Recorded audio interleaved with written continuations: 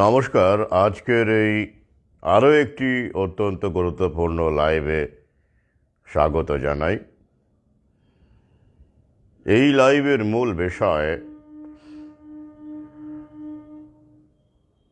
আগামীতে যে মহামারী বা অতিমারির কথা বারবার করে বলা হচ্ছে, সেটা আদৌ কি ঘটবে, নাকি আবার মিডিয়াকে কাজে লাগিয়ে প্যানিকবাজি শুরু হবে? শুধুমাত্র শুরু মানে প্যানিক তো চলছেই।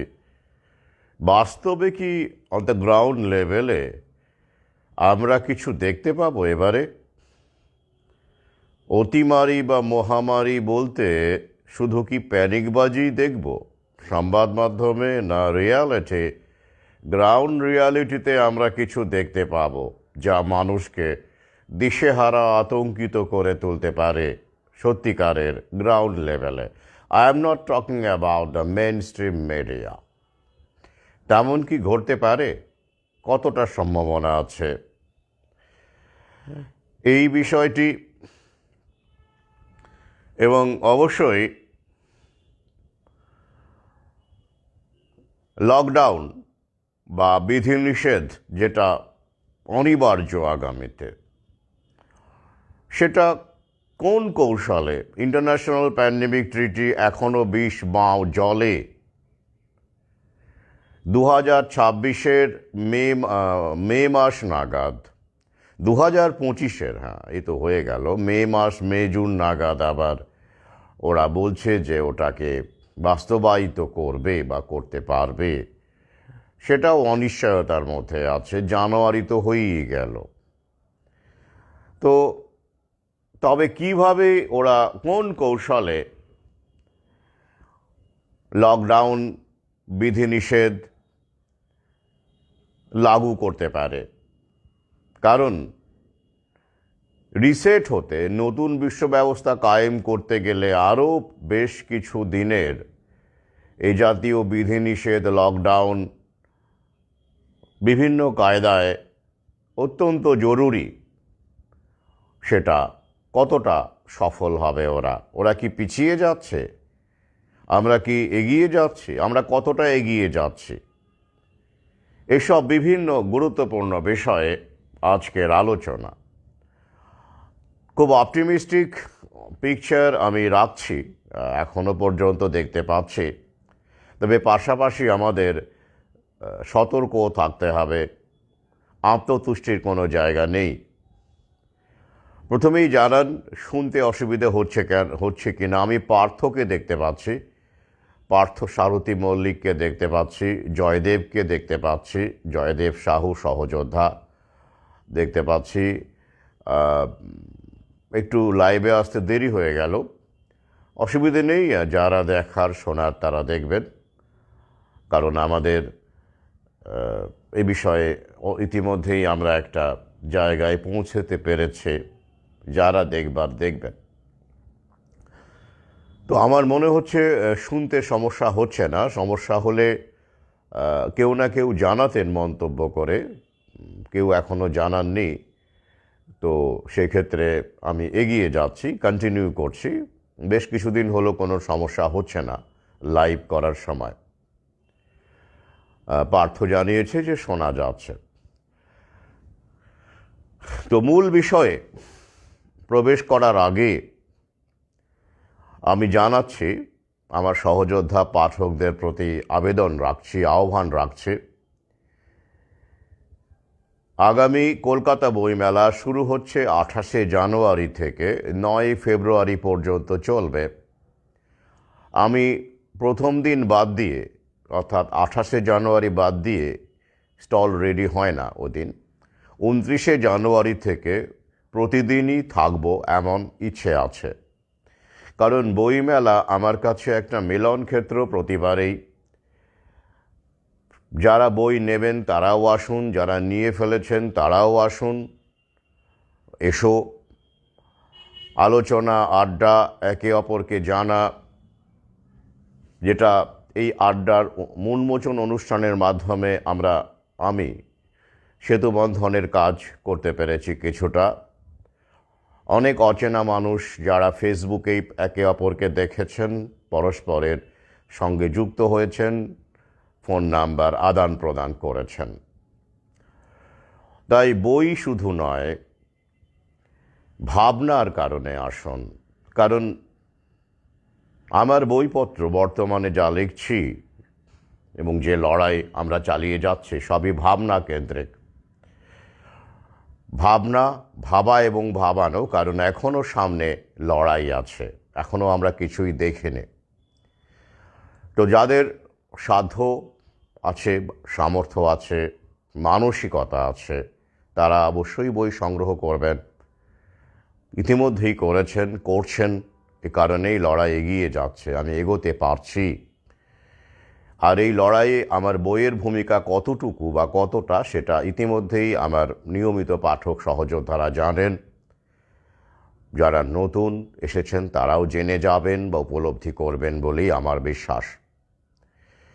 আর এক্ষেত্রে সামর্থ্যের চাইতে মানসিকতার ব্যাপারটাও গুরুত্বপূর্ণ। কারণ এই অধম বছরে একটি মাত্র বই লেখে, তাও 2023-এ আমি কোনো বই, নতুন বই আসেইনি, আমি লিখিনি। গ্রামে গঞ্জে ব্যস্ত ছিলাম, সময় দিতে পারিনি। প্রেস থেকে শুরু করে পাবলিকেশন অনেকটা সময় দিতে হয়, প্রুফ দেখা। তাই 2023-এ কিন্তু আমার কোনো বই আসেনি, নতুন বই আসেনি। এই বছর গ্রিগরি রাসপুটিন এসেছে, অর্থাৎ বছরে আমি একটি করে বই লিখি সেটা বললেও ভুল হবে, একটির কম বই লিখি। আর মাসে মোবাইল রিচার্জ করতেই অনেকেরই, প্রায় সবারই 300 থেকে 400 টাকা বেরিয়েই যায় প্রতি মাসে, তাই না? সুতরাং এই বই ব্যাপারটা, বই সংগ্রহ করার ব্যাপারটা আমার সহযোদ্ধাদের সিংহভাগের ক্ষেত্রেই, পাঠকদের সিংহভাগের ক্ষেত্রেই, শুধু আমার নয় সবার ক্ষেত্রেই বলতে গেলে, মানে সেটা সামর্থ্যের ব্যাপার নয়, মানসিকতার ব্যাপার, মাইন্ডসেটের ব্যাপার। তারা তাদের অর্থ কীভাবে, কোন ক্ষেত্রে কাজে লাগাবেন সেটাই ম্যাটার করে এখানে। আর যাদের সত্যিই সামর্থ্য নেই অথচ আমার বই পড়তে চান, তাদের জন্য দ্বার উন্মুক্ত আছে, প্রথম থেকেই বলে এসেছি। আমার সঙ্গে যোগাযোগ করুন, আমি ব্যবস্থা করে দেব কিভাবে বই পড়তে পারবেন। সুতরাং সেটাও কোনো সমস্যা নয়। যাই হোক, আসুন আবার বলছি, গেট নাম্বার 148, গেট নাম্বার 148 নয়, স্টল নাম্বার 148। স্টলের নাম কফি হাউসের চারপাশে, এই নামেই স্টলটি থাকে। গেট নাম্বার 2 নম্বর গেট দিয়ে ঢুকেই দেখতে পাবেন। যারা ভবনগুলোকে ভালো চেনেন তাদের জন্য বলবো, ময়ূখ ভবন যেখানে রয়েছে তার উল্টো ফুটেই হচ্ছে 2 নম্বর গেট পড়ে।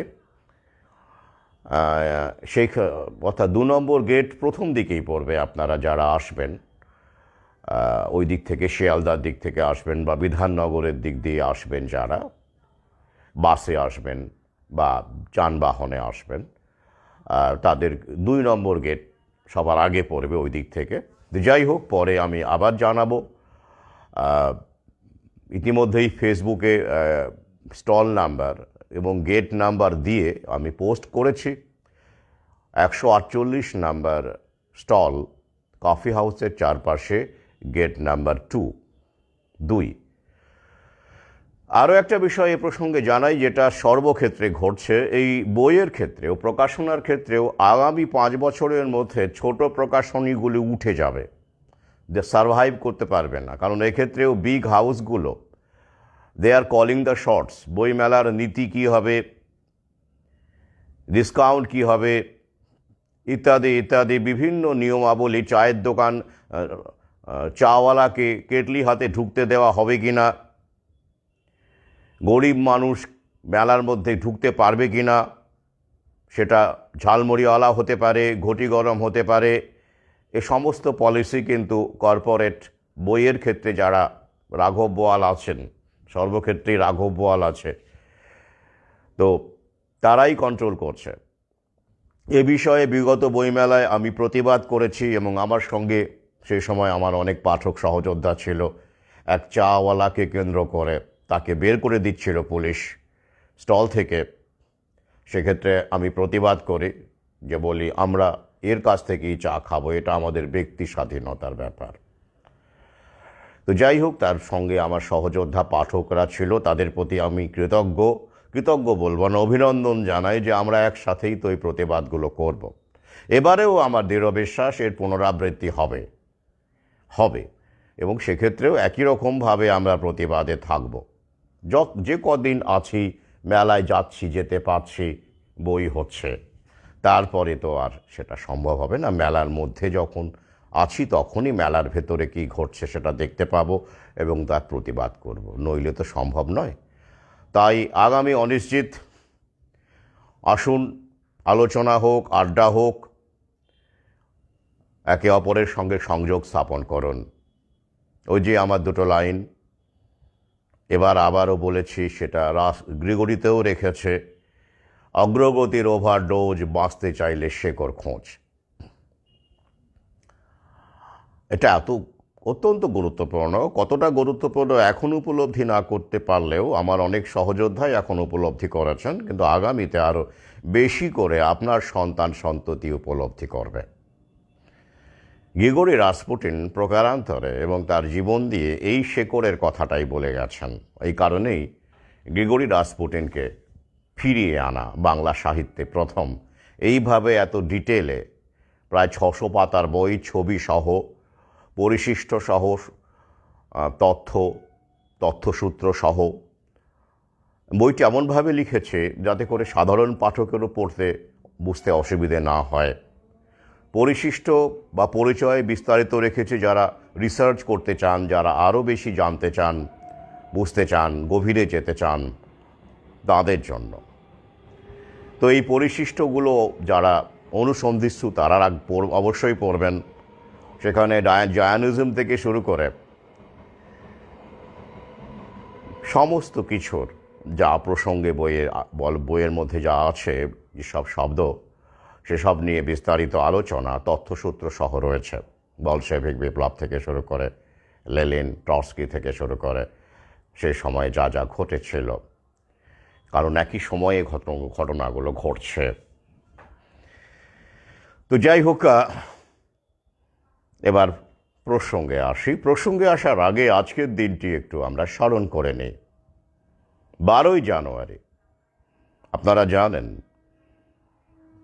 স্বামী বিবেকানন্দ, যাকে ভারত পথিক বলা হয়, এখন আবার তো ইউথ ডে পালন করা হয়, আপনারা জানেন। স্বামী বিবেকানন্দের জন্মদিন এবং পাশাপাশি আরেক যোদ্ধা, স্বাধীনতা সংগ্রামী মাস্টারদা বলে যিনি পরিচিত, সূর্য সেনের জন্মদিন। তো একজন সরাসরি যুদ্ধ করেছিলেন ব্রিটিশ সাম্রাজ্যবাদের বিরুদ্ধে, সেটা ছিল আর্থসামাজিক শোষণের বিরুদ্ধে লড়াই, রাজনৈতিক ক্ষমতা দখলের লড়াই,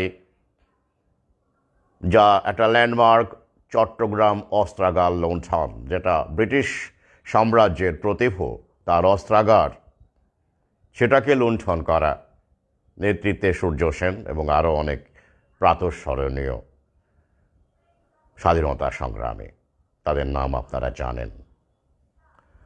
তো তিনি সরাসরি যুদ্ধ করেছিলেন ব্রিটিশ সাম্রাজ্যের বিরুদ্ধে। আরেকজন স্বামী বিবেকানন্দ, তিনি সরাসরি যুদ্ধ না করে পরোক্ষভাবে লড়াই করেছিলেন। কিভাবে? আইডেন্টিটির নির্মাণ। হ্যাঁ, হে ভারত ভুলিও না, দরিদ্র ভারতবাসী, মূর্খ ভারতবাসী, চণ্ডাল ভারতবাসী, হিন্দু সমাজের চরম অনৈক্য, খেওখেউই, উচ্চবর্ণের অত্যাচার, নিম্নবর্ণকে ঘৃণার চোখে দেখা, এই সমস্ত কিছু যে হিন্দু আইডেন্টিটির বিপদ ডেকে আনবে, এবং তিনি সেটা পরিষ্কার বলেও গেছিলেন যে কী হতে পারে হিন্দুদের। সে ব্যাপারে তিনি সচেতন ছিলেন এবং তিনি এই লড়াইটা লড়েছিলেন, যা তিনি এটা বুঝতে পেরেছিলেন যে, এবং মুসলমান কিন্তু তিনি পাশাপাশি তিনি কিন্তু, এটা আমি বারবার করে বলি, অমৃতসরপ্রত প্রথম খণ্ডে বিবেকানন্দের চোখে ইসলাম বলে একটি প্রবন্ধ আছে, সেখানে এই তথ্যগুলো রেখেছে। তিনি কিন্তু ভারতবর্ষকে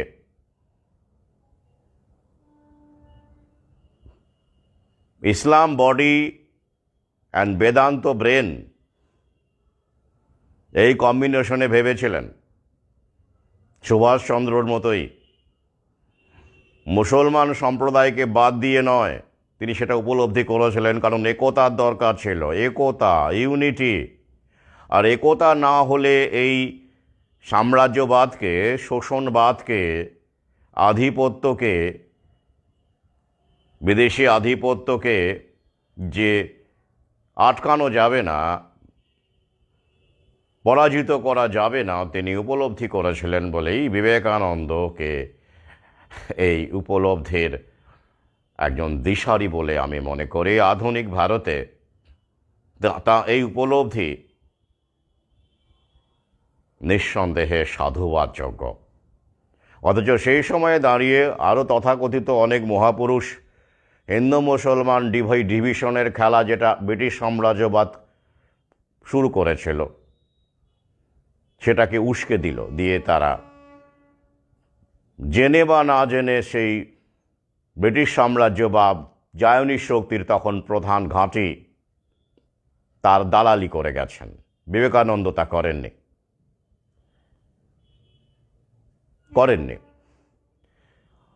একই রকমভাবে মাস্টারদা সূর্য সেনও লড়াই করেছেন, তার ফাঁসি হয়েছিল, আপনারা জানেন।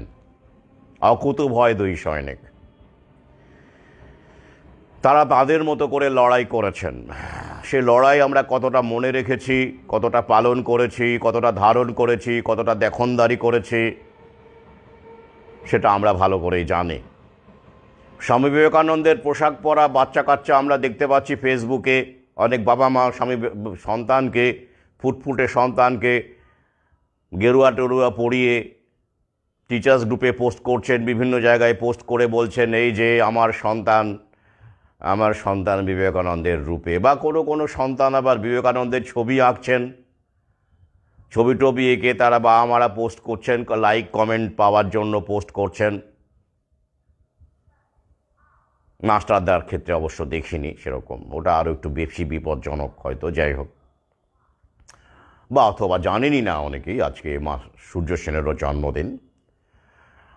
তো এই বাহ্যিক যে ব্যাপারগুলো, সেটা এতটাই আমাদের মধ্যে প্রকট হয়ে গেছে, মালাবাজি বলি আমি এটাকে, শব্দটা বোধ হয় আমি চালু করলাম। ওই মালা দেওয়া হয়, দেখবেন, ওই মূর্তি টুর্তি বানিয়ে ছবি টবি এঁকে, যেটা ওরা প্রভুরা খুব ভালো চান, মালাবাজি এবং গলাবাজি। প্রথমে মালাবাজি হবে, ছবি টবি রাখা হবে টেবিলে বা কোনো জায়গায়, বা বেদি শহীদ স্ট্যাচু আছে সেখানে মালা দেওয়া হবে, আবক্ষ মূর্তি টূর্তি আছে, মালা দিয়ে একটা প্ল্যাটফর্ম বানানো হবে। সেখানে অবশ্যই রাজনৈতিক দল যেখানকার শাসক দলই থাকে, সেটা সাধারণত সবসময় দেখা যায়, সরাসরি না থাকলেও মদত থাকে আর কি, তাদেরই লোকজন সেখানে সভাপতি প্রধান অতিথি হয়ে থাকেন, হয়ে ভুলভাল তথ্য পরিবেশন করেন। আর একটা কথা থাকে হাত তুলে, হ্যাঁ আমাদের দেশ গঠন করতে হবে। তো যাই হোক, এটা হলো প্রথমে মালাবাজি, তারপরে গলাবাজি। তো আমরা প্রত্যক্ষ পরোক্ষভাবে শরিক এই মালাবাজি এবং গলাবাজির। তো যাই হোক, সেটা আমরা জানি কতটা আমরা কি অনুসরণ করতে পারছি, খুব কঠিন সেটা অবশ্যই। তাই বাহ্যিক ব্যাপারটা অনুকরণ করা সবচেয়ে সোজা। স্বামীজি কী ভেবেছিলেন বা সেটা বোঝার চেষ্টা করা, উপলব্ধির চেষ্টা করা, প্রবুদ্ধ ভারতে দেওয়া তার বিভিন্ন ইন্টারভিউ পড়া, কোন পরিপ্রেক্ষিতে তিনি কী বলেছিলেন, কেন বলেছিলেন, সেগুলো উপলব্ধি করার চাইতে একটা গেরুয়া বসন পরে মাথায় বিবেকানন্দ সে স্পেশাল, ওটা তো একটা কি বলবো ট্রেডমার্ক হয়ে গেছে স্বামীজির, চিন্তাভাবনাটা হয়নি, ওইটা হয়েছে, সেটা পড়ে ফেসবুকে ছেলেকে সাজিয়ে পোস্ট দিয়ে দাও, যুগপুরুষ হয়ে গেল একেবারে। তারপর বাকিটা আমরা জানি। তো কেউ আবার দেখছি যারা বোদ্ধা, অনেকেই আমরা বোদ্ধা হয়ে উঠেছি, সেটা দোষ নেই, কারণ গুগল, ফেসবুক, বিভিন্ন রকমের হোয়াটসঅ্যাপ ইউনিভার্সিটি, ঘটে রয়েছে, তারা কাজ করে যাচ্ছে তাদের মতো করে। আমরা জেনে না শুনে তাদের ফাঁদে পা দিচ্ছি, ট্র্যাপে পা দিচ্ছি। তারা কি বলছেন তাদের আমি দোষ দিই না, তারা গভীরে না গিয়ে ব্যাপার কে কোথায় কি বলেছে। ফেসবুকে বোদ্ধা হওয়া খুব সোজা, আর যোদ্ধা হওয়া খুবই সোজা। কাপুরুষ ভীতু মানুষও ফেসবুকে যোদ্ধা হতে পারেন। তাদেরকে বাস্তবে ডাকুন, মাটিতে ডাকুন, মাটিতে দাঁড়িয়ে তারা কতটা কি বলতে পারেন, করতে পারেন। চক্ষু কর্ণের বিভাগ বঞ্চন হয়ে যাবে, এটা আমাদের রক্তে আছে। কারণ আমরা খুব সহজে বিনা পরিশ্রমে, বিনা খাটাখাটনি করে জ্ঞানী হতে চাই, বোদ্ধা হতে চাই, যোদ্ধা হতে চাই। রক্ত না ঝরিয়ে, ত্যাগ না করে, আত্মত্যাগ না করে, লড়াই না করেও যোদ্ধা হতে চাই। তার ফলশ্রুতি এইগুলো। সেখানে কি দেখা যাচ্ছে, একজন বলছেন যে বিবেকানন্দ নাকি ফ্রি ম্যাশন ছিলেন। বলে কী সব তথ্য কোথা থেকে, এখন তো জানেন তথ্য যে চারদিকে ফেসবুকে প্রচুর তথ্য আর কি। তথ্যের তো অভাব নেই, করোনা নিয়েও প্রচুর তথ্য ছিল, করোনা কত ভয়ঙ্কর প্রাণঘাতী। এখন HMVV নিয়েও ভয়ঙ্কর তথ্য আছে। কটা চাই আমি দিয়ে দেবো আপনাদের, কটা চাই বলুন। তথ্যের অভাব নেই, কিন্তু পাশাপাশিও তো অন্য তথ্য থাকে, সেই সময় না থাকলেও পরে পাওয়া যায়। যেমন আমরা যে তথ্যগুলো জানি সেগুলো তো তথ্য। করোনার প্রথম দিকে সেসব তথ্য ছিল না, আমাদের বিশ্লেষণের উপরই কাজ করতে হয়েছে।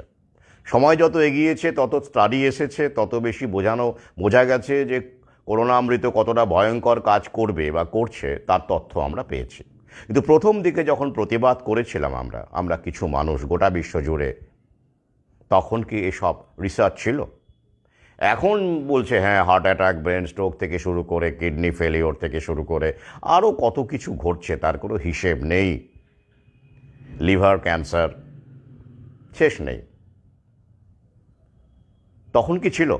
ছিল না। তাহলে তখন আমাদের বিশ্লেষণ, পর্যবেক্ষণের উপর ভিত্তি করেই কাজ করতে হয়েছিল, চোখ কান খোলা রেখে করতে হয়েছিল। সেটাই মূল বিষয়। উইজডম, বারবার বলি উইজডম। নলেজ গ্যাদার করা যায়, তবুও খেটে খুঁটে বেশ কিছু বই পড়ে দিনের পর দিন ঘাঁটাঘাঁটি করে, তাতেও সময় লাগে। It's not a child's play. আপনি যদি নিজেকে মনে করেন আপনি জ্ঞানী হিসেবে প্রতিপন্ন করবেন নিজেকে, মানে সেটাও যদি আপনার টার্গেট থাকে, তার জন্য আপনাকে খাটাখাটনি করতে হবে। You have to go through lot of books, lot of periodicals, journals, রাতের পর রাত, দিনের পর দিন, year after year. It's not a matter of joke. যদি উপরে সুপারফিশিয়াল নলেজ আপনি রাখতেই পারেন, সেটা গুগলের দুনিয়ায় এখন অত সহজ হয়ে গেছে। কিন্তু গভীরে গিয়ে যদি আপনি জ্ঞান ধারণ, উইজডমটা বাদ দেন, উইজডমটা হয় না, উইজডমটা পড়াশোনা করে ঠিক হয় না, ওটা থাকে কারোর মধ্যে। ওটা জিন প্রদত্ত বলে আমার মাঝে মাঝে মনে হয়। আসছি সে প্রসঙ্গে, জিনের কতটা বড় ভূমিকা আমাদের শরীরে, আমাদের মনে, সেটা তো অনস্বীকার্য। তো যাই হোক, সময় দিতে হয়। তো ঝাড়খণ্ডের সেই লোকটিকে, চাষি, যার কথা আমি মাঝে মাঝেই বলি, সে তো নিরক্ষর ছিল, চায়ের দোকানে সে চা খেতে এসেছিল। আমার সঙ্গে ছিলেন এক শহুরে কর্পোরেট কর্তা, বড়সড়। তিনি মাসের মধ্যে বেশ কয়েকবার বিদেশ যান, ইউরোপ যান, আমেরিকা যান। তো তার সঙ্গে তার গাড়ি করে, তখন তো গাড়ি ঘোড়া চালু হয়নি, প্রাইভেট কার ওই পাশ দিয়ে চলছিল আর কি। তো তিনি আমাকে নিয়ে যান, আমিও বলি হ্যাঁ চলুন ঘুরে আসি। তো উনি মাস্ক স্যানিটাইজার নিয়ে গিয়েছিলেন।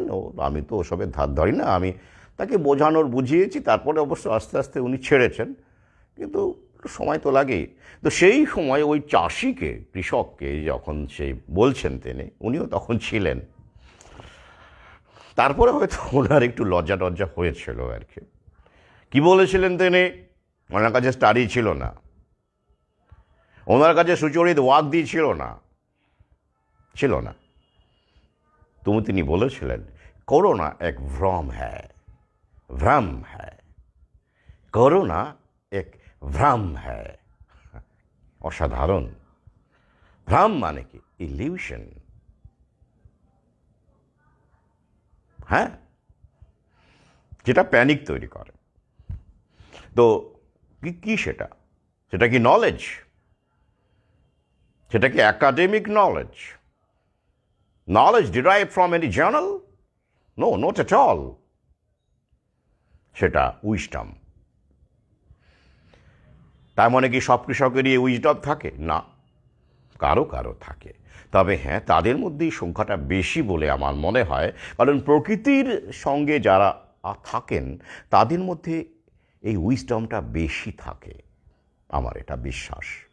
যাই হোক, তো সেখানে এরকম কিছু প্রচার দেখতে পাচ্ছি আমি, যে বিবেকানন্দ ফ্রি ম্যাসন ছিলেন, ফ্রি ম্যাসনের মেম্বার ছিলেন।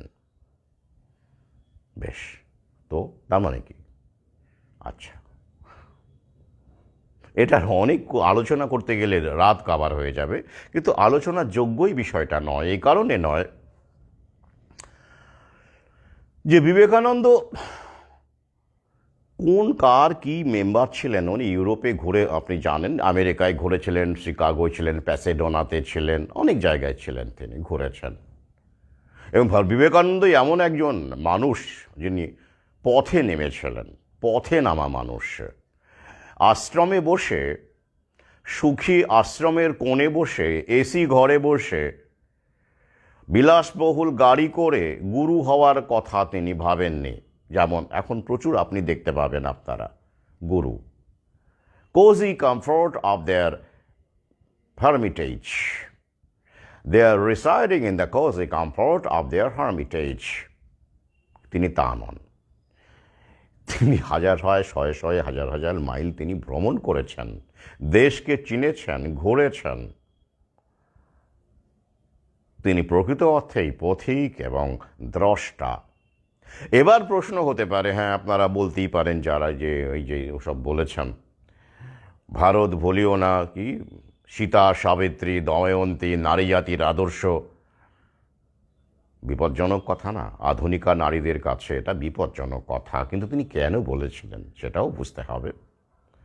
আর এই কথাগুলো কি ফ্রি ম্যাসনের সঙ্গে যায়? হ্যাঁ, ফ্রি ম্যাসনদের সঙ্গে এই যে পরিবার গঠন, নারীকে নিয়ে, এটা মানে কি? তিনি পরিবার গঠনের পক্ষে সওয়াল করেছিলেন বলেই তো তিনি এটা বলেছিলেন, পরিবারগুলো যাতে করে টিকে থাকে, তাই তিনি এটা বলেছিলেন। পরিবারতন্ত্রকে শক্তিশালী করার জন্যই তিনি এই বাক্য উচ্চারণ করেছিলেন। তো ফ্রি ম্যাসনের সঙ্গে এটা যায়? যায় না। তারা তো পরিবার ভাঙতে চায়। যাই তো, দেখতেই পাচ্ছেন না কি চলছে? সোলোগ্যামি, উগ্র নারীবাদ, নারী স্বাধীনতার নাম করে উগ্র নারীবাদ, এগুলো কি? এগুলোই তো জায়নিস্ট, যেটা ফ্রি ম্যাসন, যাদের মাধ্যমে এ সংগঠন বলুন, ইলুমিনাটি, যাকে নিয়ে আমি বিস্তারিত লিখেছি, ফ্রি ম্যাসন ইলুমিনাটির ওপরে অমৃতস্বপত্র 2য় খণ্ডে বিস্তারিত লিখেছি। বাংলা সাহিত্যে শুধু নয়, পৃথিবীর খুব কম বইপত্রেই এত বিস্তারিত লেখা রয়েছে। বিভিন্ন অন্য ভাষার কথাও বলছি আমি। দুঃখের বিষয়, অনেকে বই নেন, তারা পড়েন না। সময় পেলে অবশ্যই পড়বেন। এই যেমন ধরুন ইলুমিনাতি কত সালে প্রতিষ্ঠিত হলো? 1776 এরকম সময়, 1 মে। কে করলেন? অ্যাডাম উইশাফট। তিনি একজন দার্শনিক ছিলেন, জার্মান দার্শনিক ছিলেন। সেই সময় গোটা বিশ্বের ওপরে এই জায়নিস্ট নিয়ন্ত্রণ শুরুই হয়নি সেইভাবে, কারণ রথচাইল্ড সেই সময় সদ্য জার্মানিতে ইনভেস্টমেন্ট ব্যাংকিং শুরু করেছেন। ওই সময়টা, সালটা খেয়াল রাখুন, 1770-এর দশক। তখন টোটাল কন্ট্রোল অপোজিশন তৈরি করা, যেটা আমরা দেখতে পাচ্ছি পরবর্তীকালে বলশেভিকদের কন্ট্রোল অপোজিশন বানিয়ে জার উৎখাত করা হলো, জারকে উৎখাত করলো ওরা। সেই ক্ষমতা, শিবদের যে ক্ষমতা তৈরি হয়ে গিয়েছিল সেই সময়টা দেখুন না, কোথায় 1776 ইলুমিনাতি, আর তার আগে 1717-তে ফ্রি ম্যাসনস, পরবর্তীকালে ওরা এক হয়ে যায়। তো সেই সময় ওরা যে সেই সময়টা দেখুন আর পরবর্তীকালে বলশেবিক বিপ্লবের সময়টা দেখুন, অনেকটাই ডিফারেন্ট সময়। এই সময়ের মধ্যে ওরা একটা কন্ট্রোল করতে পেরেছে, ব্যাংকিং ব্যবস্থা তো তৈরি করে ফেলেছে, দেশগুলোকে কন্ট্রোল করতে পেরেছে, অর্থনীতিকে কন্ট্রোল করতে পেরেছে। কিন্তু 1776 কোথায়? ইলুমিনাটি শব্দটির অর্থ কি? ইলুমিনেট থেকে এসেছে। ইলুমিনেট মানে আলোকিত করা, আলোকিত করা, অন্ধকারকে আলোকিত করা। হ্যাঁ, প্রথম দিকে কিন্তু ভালো উদ্দেশ্য নিয়ে ওটা তৈরি হয়েছিল, পরবর্তীকালে হাইজ্যাক হয়ে যায়। সেই সময় চার্চের যেরকম দুর্নীতি, জানেন তো, চার্চের মধ্যযুগে চার্চের, আমাদের দেশেও পুরোহিততন্ত্র কি কম যায়? যেরকম অত্যাচার বেড়ে গিয়েছিল সাধারণ মানুষের ওপরে, গ্রিগরি রাসপুটিনও চার্চের বিরুদ্ধে মুখ খুলেছিলেন বলে তিনি একঘরে হয়ে গিয়েছিলেন।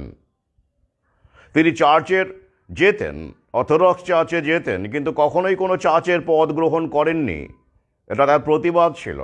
তিনি চার্চের পাদ্রীদের বিরুদ্ধে, বিশপের বিরুদ্ধে বারবার করে সোচ্চার হয়েছেন। এতটাই দুর্নীতি ঢুকে গিয়েছিল চার্চে। আর গ্রিগরি রাসপুটিন দ্বিতীয় নিকোলাসের সঙ্গে একই সাথে খাওয়া দাওয়া করেছেন, ঘুরেছেন। সম্রাট রাশিয়ার সর্বোচ্চ শক্তিশালী মানুষটির সাথে পারিবারিক সম্পর্ক ছিল তার। কিন্তু গ্রিগরি রাসপুটিনের জন্মের সময় যে সম্পত্তি ছিল, মৃত্যুর সময়ও তার সম্পত্তি একই রকম ছিল। এটাই হলো ট্র্যাজেডি। হ্যাঁ, তাকে ভিলেন বানানোর জন্য তাকে, তথ্য আছে, আমি দিয়ে দিয়েছি, কত রকমভাবে করা হয়েছিল। কিন্তু তুমি যে উচ্চতায় ছিলেন, তিনি বাড়ি গাড়ি কেন, প্রাসাদ করে নিতে পারতেন, প্রাসাদ করে নিতে পারতেন তিনি। তাকে একবার রানীমা জারিনা আলেকজান্ড্রা, দ্বিতীয় নিকোলাসের পত্নী, সম্রাজ্ঞী আলেকজান্ড্রা, প্রশ্ন করেছিলেন, গ্রিগরি, আপনি তো আমাদের সঙ্গে এত সময় কাটান, আসেন, আমার সন্তানের চিকিৎসা করেন, আপনার জন্যই তো সে ভালো আছে, আপনি তো আমাদের ঈশ্বর, কিন্তু কই আমাদের কাছে তো আপনি কখনোই কিছু চাইলেন না। গ্রিগরি হেসে বলেছিলেন, এতে আমার ঘুম ভালো হয়, আমি ভালো থাকি, আমার কিন্তু কিছু দরকার নেই, তো আমার তো সব আছে, কিছুই নেই, কোনো কিছুরই দরকার নেই। বারবার করে ফিরিয়ে দিয়েছেন রাজা রানীকে, যা পেয়েছেন উপঢৌকন হিসেবে তার অনুরাগীরা দিয়েছেন, বিলিয়ে দিয়েছেন মানুষের মধ্যে। সেসব তথ্য আছে, তো সব কিছু আমি রেখেছি সেখানে। তো সেই গ্রিগরি রাসপুটিন চার্চের বিরুদ্ধে প্রতিবাদ করেছিলেন, দুর্নীতির বিরুদ্ধে। কারণ সাধারণ মানুষকে বর্জন করে চার্চ ওই এলিটদের মানে মনোরঞ্জনের একটা বস্তু হয়ে গিয়েছিল। অশিক্ষিত চাষা মানে দূর, ওরা কেন চার্চে যাবে? চার্চ হচ্ছে এলিট সম্প্রদায়, হ্যাঁ, রাজপুরুষ রাজকন্যাদের একটা ব্যাপার হবে, তবেই না চার্চ। ওই যে ডোনেশন, টাকা পয়সা, দান ধ্যান। আর গরিব চাষারা তো ডোনেট করতে পারে না চার্চে, গিয়ে গরিব প্রতিবাদ করেছিলেন। তো সেই চার্চের এই বিভিন্ন রকমের বিষয়গুলোকে সামনে আনার জন্যই মূলত ইলুমিনাটির জন্ম 1776 খ্রিস্টাব্দে। তো সেটাই পরবর্তীকালে আপনারা জানেন, এরকম অনেক সংগঠন, অনেক ধর্মীয় সংগঠন হাইজ্যাক হয়ে গেছে। তো আমাদের দেশের বিবেকানন্দের আদর্শের উপর প্রতিষ্ঠিত এই যে বেলুড় মঠ বলুন বা রামকৃষ্ণ মিশন বলুন, সেটা কি এখন বিবেকানন্দের আদর্শ অনুসারে চলে? হাইজ্যাক হয়ে যায়নি। সেখানে মাস্ক ম্যান্ডেট হয় কি করে? বিবেকানন্দ থাকলে মাস্ক ম্যান্ডেট করতেন, যিনি অসুস্থ রুগ্ন মানুষের, রোগগ্রস্ত মানুষের সেবা করেছেন নিজের হাতে, তিনি এগুলো মানতেন? তিনি মানতেন? ভ্যাকসিন ম্যান্ডেটটা মানতেন না। যেখানে মিশনে করা হয়েছে শিষ্যদেরকে না নিলে ঢোকা যাবে না, এইসব করা হয়েছে, সে তথ্য তো আমাদের কাছে আছে, আমরা ছড়িয়েছি সেই সময়। হাইজ্যাক হয়ে যায়নি? তাহলে ইলুমিনাটি কেন হাইজ্যাক হবে না? আমি লিখেছি সেটা, যে ইলুমিনাটির জন্ম কিভাবে, সেটা কিভাবে আস্তে আস্তে হাইজ্যাক হয়ে গেল পরবর্তীতে। ফ্রিম্যাসনও তাই, ওটা একটা পেশাদার সংগঠন। ফ্রিম্যাসন মানে জানেন? রাজমিস্ত্রি। ম্যাশন, তাদের সংগঠন, এটা পেশাভিত্তিক সংগঠন ক্রমে ক্রমে ক্রমে ক্রমে ক্রমে ক্রমে সমাজ গঠনের পেশায় পরিণত হয়ে যায়। সোশ্যাল আর্কিটেকচার তৈরি করে ফেলে ওরা। শুরুটা কিভাবে দেখতে হবে, তারপরে কিভাবে হাইজ্যাক হয়ে গেল সেটা দেখতে হবে। ধর্মও তো তাই, ধর্ম হাইজ্যাক হয়নি। বর্তমানে যে আমরা ধর্ম বলতে যা বুঝি, ইসলামই বলুন আর হিন্দুইজমই বলুন, সেই ধর্ম কি এখনকার যে ধর্ম হিন্দু ধর্ম আমরা বুঝি, যেভাবে আমাদের হিন্দুত্বকে প্রচার করা হচ্ছে, হিন্দু মুসলমানের গণ্ডগোল বাঁধাও, আর ওরাও তাই করছে, হিন্দু মানে কাফের কেলাও, এটা কি আদতে আদি ধর্ম ছিল? যাজ্ঞবল্ক্যের ধর্ম একই রকম ছিল, কপিল মুনির ধর্ম একই রকম ছিল, ওরাও তো হিন্দু ছিলেন। এগুলো সম্প্রক্রিয়া, এটা অবশ্য অনিবার্য, মহাকাল সেদিকেই আমাদের নিয়ে যাচ্ছে। সেখান থেকেই আমরা কেউ কেউ বাঁচার চেষ্টা করছি মাত্র। কেউ কেউ বাঁচবে, সবাই বাঁচবে না। এবারে আসি, যাই হোক, এবার চলে আসি। বিবেকানন্দ এটা বলেছিলেন, সেটাতে আসি, একটু বোঝাই। নাহলে এটা নিয়ে বিবেকানন্দের মধ্যে অনেক স্ববিরোধিতা, যাকে বলা হয় সেলফ কন্ট্রাডিকশন, অনেকেই রক্ষা করেন। কখনো মনে হয় ভদ্রলোক অত্যন্ত প্রগ্রেসিভ, কখনো মনে হয় রিগ্রেসিভ, পিছিয়ে পড়া মানুষ। এ কী কথা, এখানে একরকম বলছেন আবার ওখানে একরকম বলছেন, সমস্যা হয় বুঝতে। কিন্তু আমার মনে হয় যদি আমি এই ব্যাখ্যাটা আপনাদের সামনে দিই, বোঝেন, তাহলে বুঝতে সমস্যা হবে না। লাইনটা আরও একবার সংক্ষেপে বলি। হে ভারত, ভুলিও না সীতা, সাবিত্রী, দময়ন্তী তোমার নারী জাতির আদর্শ, এরকম একটা লাইন। এবার আধুনিক ভারতে সময়ে সুইচ করুন, যখন ফেমিনিজমকে আমরা দেখতে পাচ্ছি উগ্র, স্লোগামীকে দেখতে পাচ্ছি, নারী স্বাধীনতাকে দেখতে পাচ্ছি, আধুনিকতাকে দেখতে পাচ্ছি। সেই নিরিখে দাঁড়িয়ে যদি কোনো নারী এটাকে পড়ে, তার কাছে তো মনে হতেই পারে বিবেকানন্দ প্রোগ্রেসিভ নয়, তিনি নারী জাতিকে শুধু আত্মত্যাগের কথা বলছেন। এগুলো কারা? চরিত্রগুলো দেখুন, সাবিত্রী, সীতা, এরা কারা? শুধু নাম না, they are the symbol of sacrifice, self sacrifice. তারা আত্মত্যাগের প্রতীক মাত্র। নারীরাই কেন আত্মত্যাগ করবে, এই প্রশ্নটা তারা তুলতেই পারেন তো? অবশ্যই পারেন। They have every right to raise this question. তাহলে বিবেকানন্দ কি নারী জাতিকে আত্মত্যাগের কথাই বলে গেলেন? পুরুষদের আত্মত্যাগের কথা বললেন না? নারীরাই শুধু যন্ত্রণা ভোগ করবে, সীতা, সাবিত্রী, দময়ন্তীর মতো আত্মত্যাগ করে যাবে, পরিবার গঠনে ভূমিকা নেবে, এটাই? হাউ রিগ্রেসিভ হি ওয়াজ। মার্ক্সবাদীরা, বামপন্থীরা এই বাক্যগুলোকেই হাইলাইট করে এবং ফেমিনিজমকে হাওয়া দেয়। এবং এ ব্যাপারে কোনো সন্দেহ নেই যে এই বাক্যবন্ধনগুলোর মধ্যে, শব্দবন্ধনগুলোর মধ্যে সেই বীজটা কিন্তু আছে। কিন্তু বীজের ব্যাখ্যাটা আপনি কিভাবে করবেন তার উপরে কিন্তু নির্ভর করছে। কীরকম দেখুন। আচ্ছা, একটু গভীরে যাই, একটু আরও পিছিয়ে যাই, আদিতে যাই। আচ্ছা বলুন তো, প্রকৃতি নারী পুরুষকে সমান করে বানিয়েছে? না, বানায়নি, পরিপূরক হিসেবে বানিয়েছে। পরিপূরক হলে কখনো সমান হয় না, যদিও বর্তমানে নারী পুরুষ একে অপরের প্রতিযোগী হয়ে গেছে মাত্র। পরিপূরক প্রকৃতিতে কিন্তু প্রতিযোগী বলে কিছু নেই। আমার অধ্যয়ন, আমার উপলব্ধি তাই বলে। এমনকি বাঘ হরিণও পরস্পরের প্রতিযোগী নয়, পরিপূরক। খাদক মানে একে অপরের পরিপূরক। সেখানে হরিণটির আত্মত্যাগ প্রাকৃতিক নিয়মের আত্মত্যাগ, বাঘটিকে বাঁচিয়ে রাখে, সৃষ্টির ইকোসিস্টেমকে বাঁচিয়ে রাখে। কোথায় প্রতিযোগী, কোথায় হলো তারা? পরিপূরক হলো। প্রতিযোগী কখনো আরেকজনকে বাঁচায় না, হরিণ তো বাঘকে বাঁচায়। এভাবে ভেবেছেন কখনো? আলো অন্ধকার কখনো প্রতিযোগী নয়, পরিপূরক। একটি ছাড়া আরেকটির অস্তিত্বই নেই। তাই পৃথিবীতে কম্পিটিটর বলে সৃষ্টিতে কিছুই নেই, সবই কমপ্লিমেন্টারি। এই নিয়ে আলোচনা করতে গেলে কবার হয়ে যাবে, মহাভারত হয়ে যাবে। প্রসঙ্গে আসে, এবার দেখুন, এবার আমি যদি বলি আপনি চান বা না চান, পুরুষ চাক বা না চাক, ধরলাম পুরুষটি খুব মহান, উদার, তিনি চান না নারীটির কষ্ট হোক। আপনি চান না আপনার স্ত্রীর, সহধর্মিণীর কষ্ট হোক, তবু তার কষ্ট তো হবেই। আপনি আটকাতে পারবেন? পারবেন না, কারণ creation is in pain, not in pleasure. Pleasure is the way, pain is the ultimate.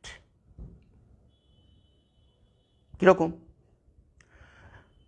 নারী পুরুষের দেহটা ভাবুন, সমান সমান হলে তো দেহ হয় একই রকম হতো, হয় না, সমান সমান নয়, পরিপূরক বলে। যেমন তালা চাবি একই রকম হয় না, চরিত্রগতভাবে আলাদা, দৃশ্যত আলাদা।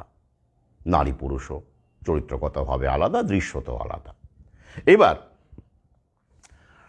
নারী পুরুষের মিলন সৃষ্টির মাধ্যম, তো সৃষ্টি হয়, সন্তান হয়, পৃথিবীতে আসে, যা সৃষ্টিকে বাঁচিয়ে রাখার জন্য একান্ত জরুরি।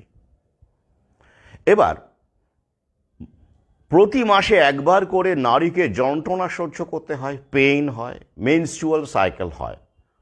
এটা প্রাকৃতিক, তো পুরুষের হয় না। এবার আপনি চান আপনার নারীটির যেন কষ্ট একটুও না হয়, আপনি আটকাতে পারবেন এটা?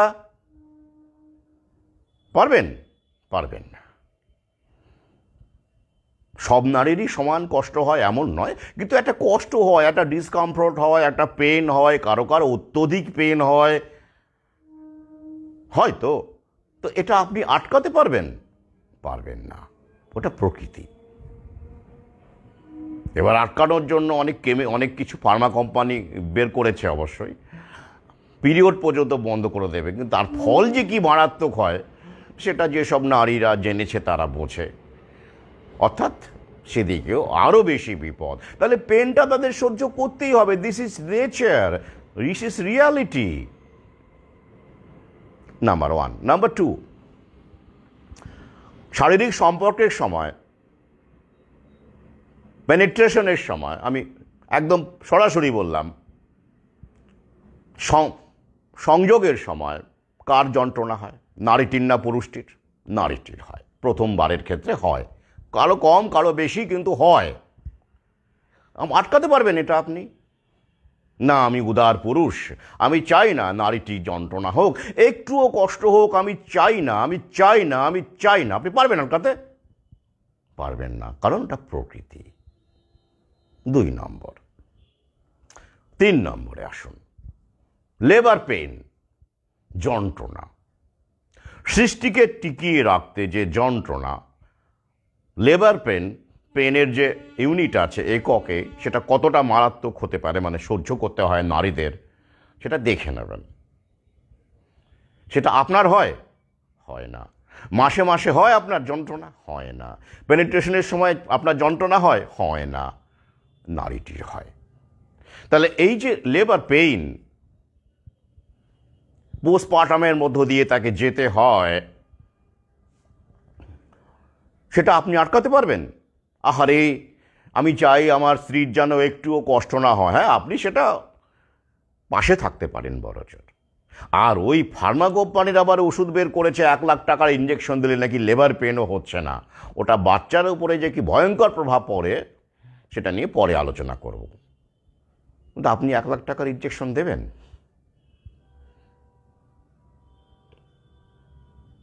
কি?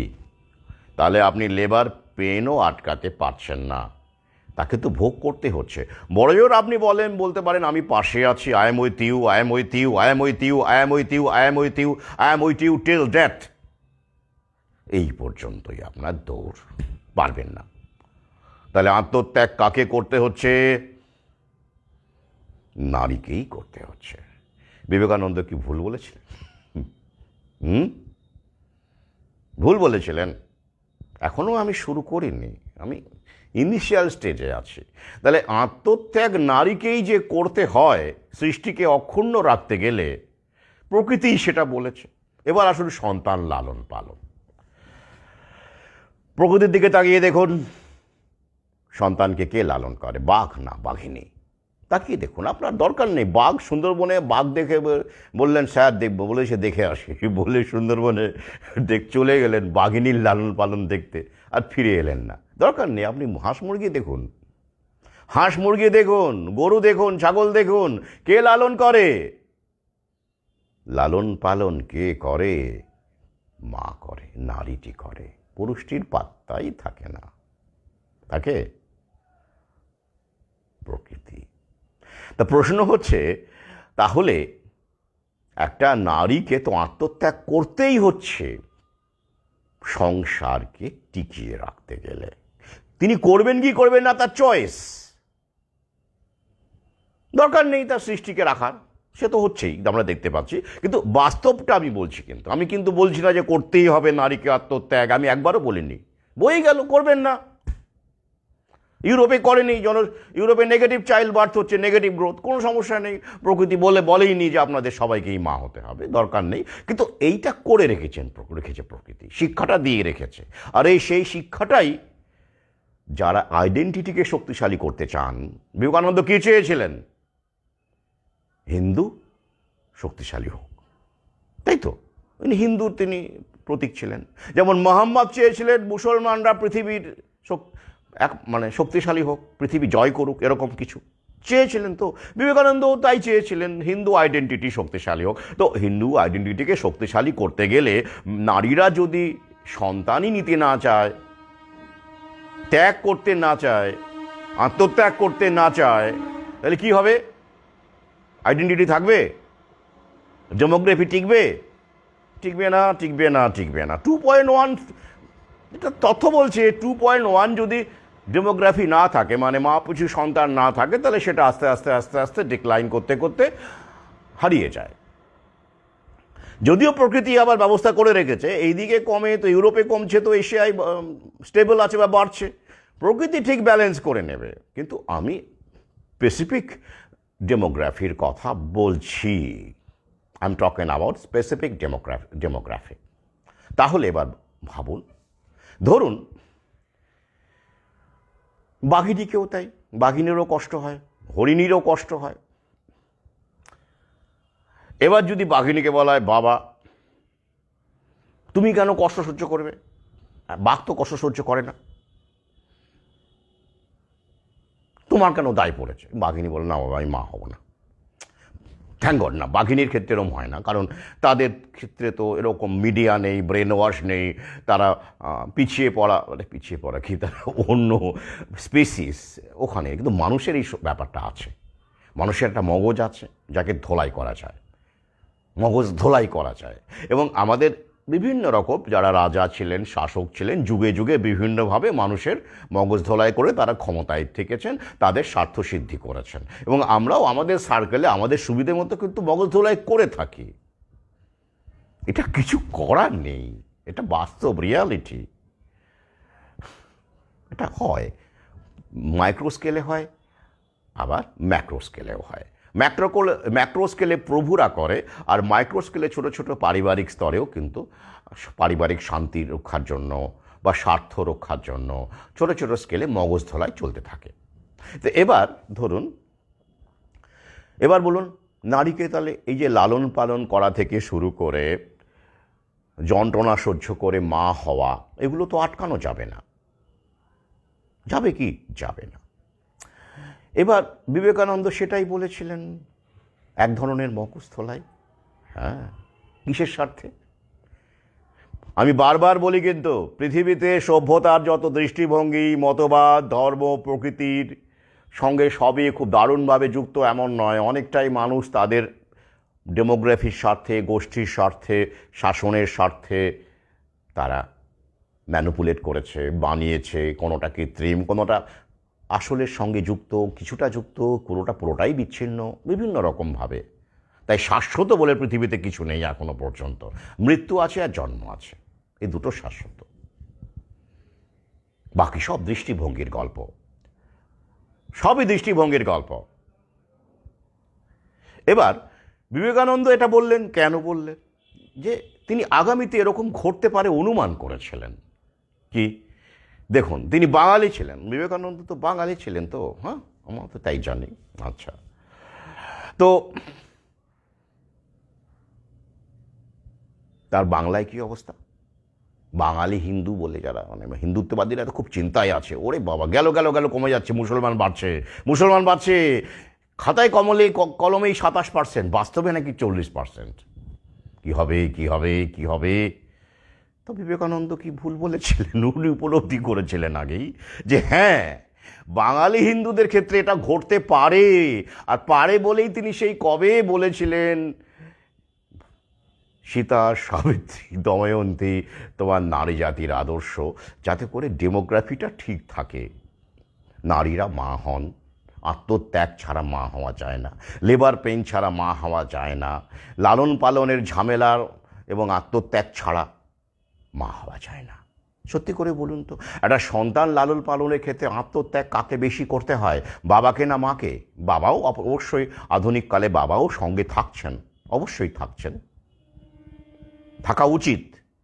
তা সত্ত্বেও মাতৃস্তন্য থেকে শুরু করে ক্যারিয়ার, ওই যে অনেকে কি করে সব মানে মানে দুধ ফুদ বের করে, মিল্ক বের করে রেখে যায় নাকি, এসব অনেক পদ্ধতি বেরিয়েছে, কিন্তু বাস্তবে সেগুলো কতটা কার্যকরী সেটা আপনিও জানেন, আমরাও জানি। তারা একটা সন্তানকে লালন করার সময় দেখা গেল আপনি কর্পোরেটে চাকরি করেন, বা চাকরি করেন যেখানে আপনাকে প্রতিদিনই বেরোতে হবে, ছুটি ছাটা নেই বা কম, তখন আপনি সন্তান লালন পালন করতে পারবেন? টিচার হলে নয় আপনাকে সিসিএল দেওয়া হলো, বেশ, কিন্তু বাকি ক্ষেত্রে পারবেন না। আর সবাই তো টিচার হবে তার কোনো মানে নেই। তাহলে ক্যারিয়ারে আত্মত্যাগ করতে হয়, তো করতে হচ্ছে, তো পুরুষ থেকে করতে হচ্ছে না, নারী থেকে করতে হচ্ছে, অন্তত ওই কিছুদিনের জন্য করতে হচ্ছে। ক্যারিয়ার ল্যাডার এসে পিছিয়ে পড়ছে, এই কারণে অনেক নারী মা হতে চাইছে না বর্তমানে। তো প্রশ্ন হচ্ছে, তাহলে আত্মত্যাগ কিন্তু নারীকেই বেশি করতে হয়, প্রকৃতি সেটা লিখে দিয়ে গেছে। আপনি সহায়তা করতে পারেন, you can be in a supporting role, that's it, but the lion share of sacrifice on the women's shoulder, mother's shoulder. তাই তো, তো এই অর্থেই ডেমোগ্রাফির স্বার্থেই তিনি বলেছিলেন। ইসলামে যান, হজরত মোহাম্মদ কোরআন স্টাডি করুন, সেখানেও ডেমোগ্রাফির স্বার্থেই করা হয়েছে, কত কিছু করা হয়েছে, কারণ সেই সময় লোক বলটা গুরুত্বপূর্ণ ছিল সেই সময়। বর্তমানে অবশ্য এআই যুগে লোক বলের গুরুত্ব হারিয়ে গেছে, সেটা হারিয়ে গেছে বলেই প্রভুরা এরকমভাবে তাদের মতবাদ আমাদের মধ্যে ফেমিনিজম বলুন এগুলো প্রমোট করছে, অবশ্যই, কারণ তাদের আর লোক দরকার নেই। একটা সময় রাজাদের সৈন্যবাহিনীর দরকার ছিল, এখন এআই চলে এসেছে, এআই সোলজারও তৈরি হবে আগামীতে, আর সোলজারও দরকারও পড়বে না আগামীতে, যা অবস্থা দাঁড়াবে। মানুষকে এমনিতেই যেভাবে কন্ট্রোলে করে রেখেছে, আর ওয়ান ওয়ার্ল্ড গভর্নমেন্ট হয়ে গেলে দেশে দেশে যুদ্ধ বাঁধানোর দরকারটা পড়বে বটে, কিন্তু সেখানে ওই তো মেশিন দিয়ে যুদ্ধ হবে, রোবোটিক্স দিয়ে যুদ্ধ হবে। মানুষ সৈন্যবাহিনীতেও সোলজারের গুরুত্ব কমে গেছে অনেকটাই, আমরা সেটা জানি। তাহলে এখন এই কারণে এই মতবাদগুলো কাজে লাগানো হচ্ছে। তো বিবেকানন্দ সেটা উপলব্ধি করেছিলেন যে ডেমোগ্রাফি, তিনি তার ডেমোগ্রাফি নিয়ে চিন্তিত ছিলেন, যে বাঙালি হিন্দুর ক্ষেত্রে তিনি চিন্তিত ছিলেন, তার মতো করে তার ক্ল্যানকে তিনি ভেবেছিলেন, তাই তিনি এটা বলেছিলেন। তো সেই জায়গায় দাঁড়িয়ে তো ভুল কিছু বলেননি, কিন্তু প্রশ্ন হচ্ছে আপনার বলে মনে হয় মানবেন না, কিন্তু বুঝুন ব্যাপারটা, তার আইডিয়াটা বুঝুন, তিনি কেন বলেছিলেন বুঝতে হবে। প্রোগ্রেসিভ রিগ্রেসিভ সব আপেক্ষিক। উনি ডেমোগ্রাফির কথা, তার গোষ্ঠীর নিরাপত্তার কথা ভেবে, আইডেন্টিটিকে রক্ষার কথা ভেবে তিনি বলেছিলেন, আর সেটা মেনটেন করা গেলে, কোনোভাবে যদি মেনটেন করা যেত, তাহলে এই যে বাবা বাড়ছে, মুসলমানরা বাড়ছে, পশ্চিমবঙ্গে বাড়ছে, তাহলে কি হবে, হিন্দুদের আবার ঘরছাড়া হতে হবে, এসব যে কথাবার্তাগুলো শোনা যাচ্ছে এখন, বাস্তবে অবশ্য সেটাও একটা প্যানিকবাজি, এখানেও লেলিয়ে দেওয়ার ব্যাপার আছে। হিন্দু মুসলিমরা আমি বারবার করে বলি কাজে লাগানো হবে, দাঙ্গা হিসেবে কাজে লাগানো হবে। অতীতে ওরা নোয়াখালীতে কাজে লাগিয়েছে, ডাইরেক্ট অ্যাকশন ডেতে কাজে লাগিয়েছে জায়নির শক্তি, আগামীতেও হবে। কিন্তু অন্তত আমি এটা বলতে চাইছি যে এই যে জায়গাটা যদি মেনটেন করা যেত তাহলে নিশ্চয়ই এই যে নেগেটিভ গ্রোথ হচ্ছে বাঙালি হিন্দুদের ক্ষেত্রে, তথ্য তাই বলছে, কারো একটি সন্তান কারণ একদমই নেই, বা বিবাহের ব্যাপারটাও কমে যাচ্ছে, ডিভোর্স অত্যন্ত বেড়ে গেছে বিভিন্নভাবে বিভিন্ন কারণে। তো এই যে জায়গাটা হতো না, তাহলে বিবেকানন্দ কি এই দৃষ্টিভঙ্গি দিয়ে দেখলে ভুল বলেছিলেন? বলেননি। তিনি তার আইডেন্টিটির দিক থেকে দেখুন, তিনি ঠিক বলেছেন। তিনি যে পথে ছিলেন আইডেন্টিটি নির্মাণ, শক্তিশালী করা, সেই অঙ্গেলে তিনি ঠিকই বলেছেন, কোনো ভুল বলেননি। কিন্তু এবার আসুন কাট টু মডার্ন টাইমস। আপনি একজন আধুনিকা নারী, আপনি ক্যারিয়ার তৈরি করতে চান, কিছু করতে চান জীবনে, পুরুষের কাছ থেকে হাত পেতে টাকা নিতে চান না, অর্থ নিতে চান না, জীবনে কিছু করতে চান। আইডেন্টিটি মানে ব্যক্তি আইডেন্টিটি, মনে রাখবেন, সেলফ আইডেন্টিটির সঙ্গে সোশ্যাল আইডেন্টিটি মানে ক্ল্যান আইডেন্টিটির চিরকাল একটা সংঘাত আছে। যখনই ব্যক্তি আইডেন্টিটি শক্তিশালী হয়ে যায়, মানে আমি শেষ কথা, আমি আমার ইচ্ছে মতো চলবো, ব্যক্তি স্বাধীনতা যখন একটা এক্সট্রিম পর্যায়ে চলে যায়, তখন ইন্ডিভিজুয়াল আইডেন্টিটি ক্ল্যান আইডেন্টিটিকে আঘাত করে, সংঘাত করে, ক্ষতি করে। অর্থাৎ তখন গোষ্ঠীগত আইডেন্টিটি ধ্বংস হয়ে যায়। এটা ইতিহাস তো তাই বলে। তথ্য দেখুন, দেখে নিন, ইউরোপে দেখে নিন, যেখানেও ব্যক্তি স্বাতন্ত্র্য এবং ইন্ডিভিজুয়াল আইডেন্টিটির বোধটা বেড়ে গেছে, সেখানেই সংখ্যা কমে গেছে, গোষ্ঠীগত সংখ্যা কমে গেছে, নেগেটিভ বার্থ রেট হয়ে গেছে, সংখ্যা কমে গেছে। তো এক্ষেত্রেও তাই হচ্ছে। যখনই দেখ, এবং এটা যদি নারীদের মধ্যে আবার বেশি করে হয়, আমি কিন্তু জাস্ট প্রক্রিয়ার কথাগুলো বলছি, এটা হলে এটা হবে, এটা হলে ওটা হবে, আপনার চয়েস, আপনারা যেটা খুশি বেছে নিন, কোনো সমস্যা নেই। এতে প্রকৃতির কিছু যায় আসে না, মানুষ না থাকলেও প্রকৃতির কিছু যায় আসে না, কিচ্ছু যায় আসে না। এরকম অনেক প্রাণী পৃথিবীতে এসছে, ডোডো এসেছে, বিলুপ্ত হয়ে গেছে, ডায়নোসর এসেছে, বিলুপ্ত হয়ে গেছে, প্রকৃতি কিছু যায় আসে, প্রকৃতি তার নিজের খেয়ালে চলে। কিন্তু প্রকৃতি অপশনগুলো দিয়ে রাখে, কোনটা আপনি চুজ করবেন সেটা আপনার ব্যাপার, কি করবেন। তাহলে এবার কি হলো, নারীটি ভাবতে শুরু করলো। আমার এক বান্ধবী হ্যাঁ সে অর্থে বান্ধবী, তখন তো এই বোধগুলো ছিল না। মানে আমি যখন সোনারপুর বিদ্যাপীঠে পড়তাম, আমি ক্লাস 5 থেকে 8 পর্যন্ত সেখানে পড়েছি। সেইখানে ফেসবুকের দৌলতে অনেকে আমাকে ফিরে পরিচয় হচ্ছে, তারা বলছে, আমি যাই হোক দেখা সাক্ষাৎ হচ্ছে কারোর সাথে, সোশ্যাল মিডিয়ারই একটা সুবিধে আছে। তো সেরকম একটি নারী, সে তার এখন আমারই বয়সী, সে যাই হোক, এখন আর যোগাযোগ অবশ্য নেই। বেশ কিছুদিন আগে, করোনার আগে দেখা হয়েছিল তার সাথে এবং তার হাজব্যান্ডের সাথে, একসাথে খাওয়া দাওয়া ইত্যাদি ইত্যাদি। তো তিনি আমাকে জানালেন যে তিনি মা হননি, ইচ্ছে করে মা হননি, এবং তাতে তার স্বামী, তার হাজব্যান্ড তাকে সাপোর্ট করেছেন, কোনো ব্যাপার নেই, ঠিক আছে, করতেই পারেন, পারস্পরিক বাবা। কেন হননি? ওই যে তার একটা প্রতিবাদ ছিল। কি প্রতিবাদ ছিল? যে লেবার পেইন কেন পুরুষকে সহ্য করতে হয় আর নারীকেই কেন সহ্য করতে হবে, এটা প্রকৃতির বিরুদ্ধে তাঁর প্রতিবাদ। তাই তিনি সন্তান নেননি। যুক্তি আছে একটা, এটাও তো একটা দৃষ্টিভঙ্গি না, উড়িয়ে দিতে পারি না আমি। তো এই যুক্তি দিয়ে যদি নারীরা বলে যে সত্যি তো আমরা কেন আত্মত্যাগ করব, মাসে মাসে আমাদের পেন সহ্য করতে হয়, ওটা না হয় আটকাতে পারছি না, কিন্তু মা হওয়ার যে পেনটা বা ঝামেলাটা, সংসার করা, লালন করা, ক্যারিয়ার বিসর্জন দেওয়া, সেটা তো আমাদের চয়েস, আমরা নাও করতে পারি। তো করবেন না, কোনো সমস্যা নেই, প্রকৃতি কিছু যায় আসে না। যারা করবে তাদের গোষ্ঠী থাকবে, তারা একটু বেশি দিন থাকবে, তারা বেশি দিন একটু টিকবে, তারপরে আবার এভেপারেট হয়ে যাবে, তারপরে আবার নতুন চিন্তা ভাবনা আসবে, আবার মানুষ আবার শেকড় খোঁজার চেষ্টা করবে, যেমন আমরা করছি, ইউরোপ করছে। তো ইন্টারেস্টিং জায়গাটা, আমার খুব ভালো লাগে এই রিয়াকশনগুলো আর কি। প্রকৃতিতে সবসময় একটা দ্বন্দ্ব আছে, একটা কনফ্লিক্ট আছে। Conflict is the soul of a drama. নাটকের যেমন বা যে কোনো ক্ষেত্রেই দেখবেন একটা দ্বন্দ্ব থাকে, দ্বন্দ্ব ছাড়া এগোই না। সভ্যতারও একটা দ্বন্দ্ব আছে। এই দ্বন্দ্ব তার উপর ভিত্তি করেই ফ্রিকশন যাকে বলি আমরা, যদি মানে চাকার ক্ষেত্রে বলি, চাকায় দেখবেন খাঁচকাটা থাকে, জুতো সোলে দেখবেন খাঁচকাটা থাকে, মসৃণ থাকলে তো আপনি পড়ে যাবেন, গ্রিপের জন্য। তো সেরকমভাবে সভ্যতারও একটা এভাবে প্রকৃতি, মহাকাল একটা ফ্রিকশন বানিয়ে রেখে দেয়, সব সময় তৈরি করে, এবং তার উপর ভিত্তি করেই সভ্যতার রথের চাকা, রথের চাকা যেভাবেই বলুন এগোতে থাকে, আমরা তার সঙ্গে চলি।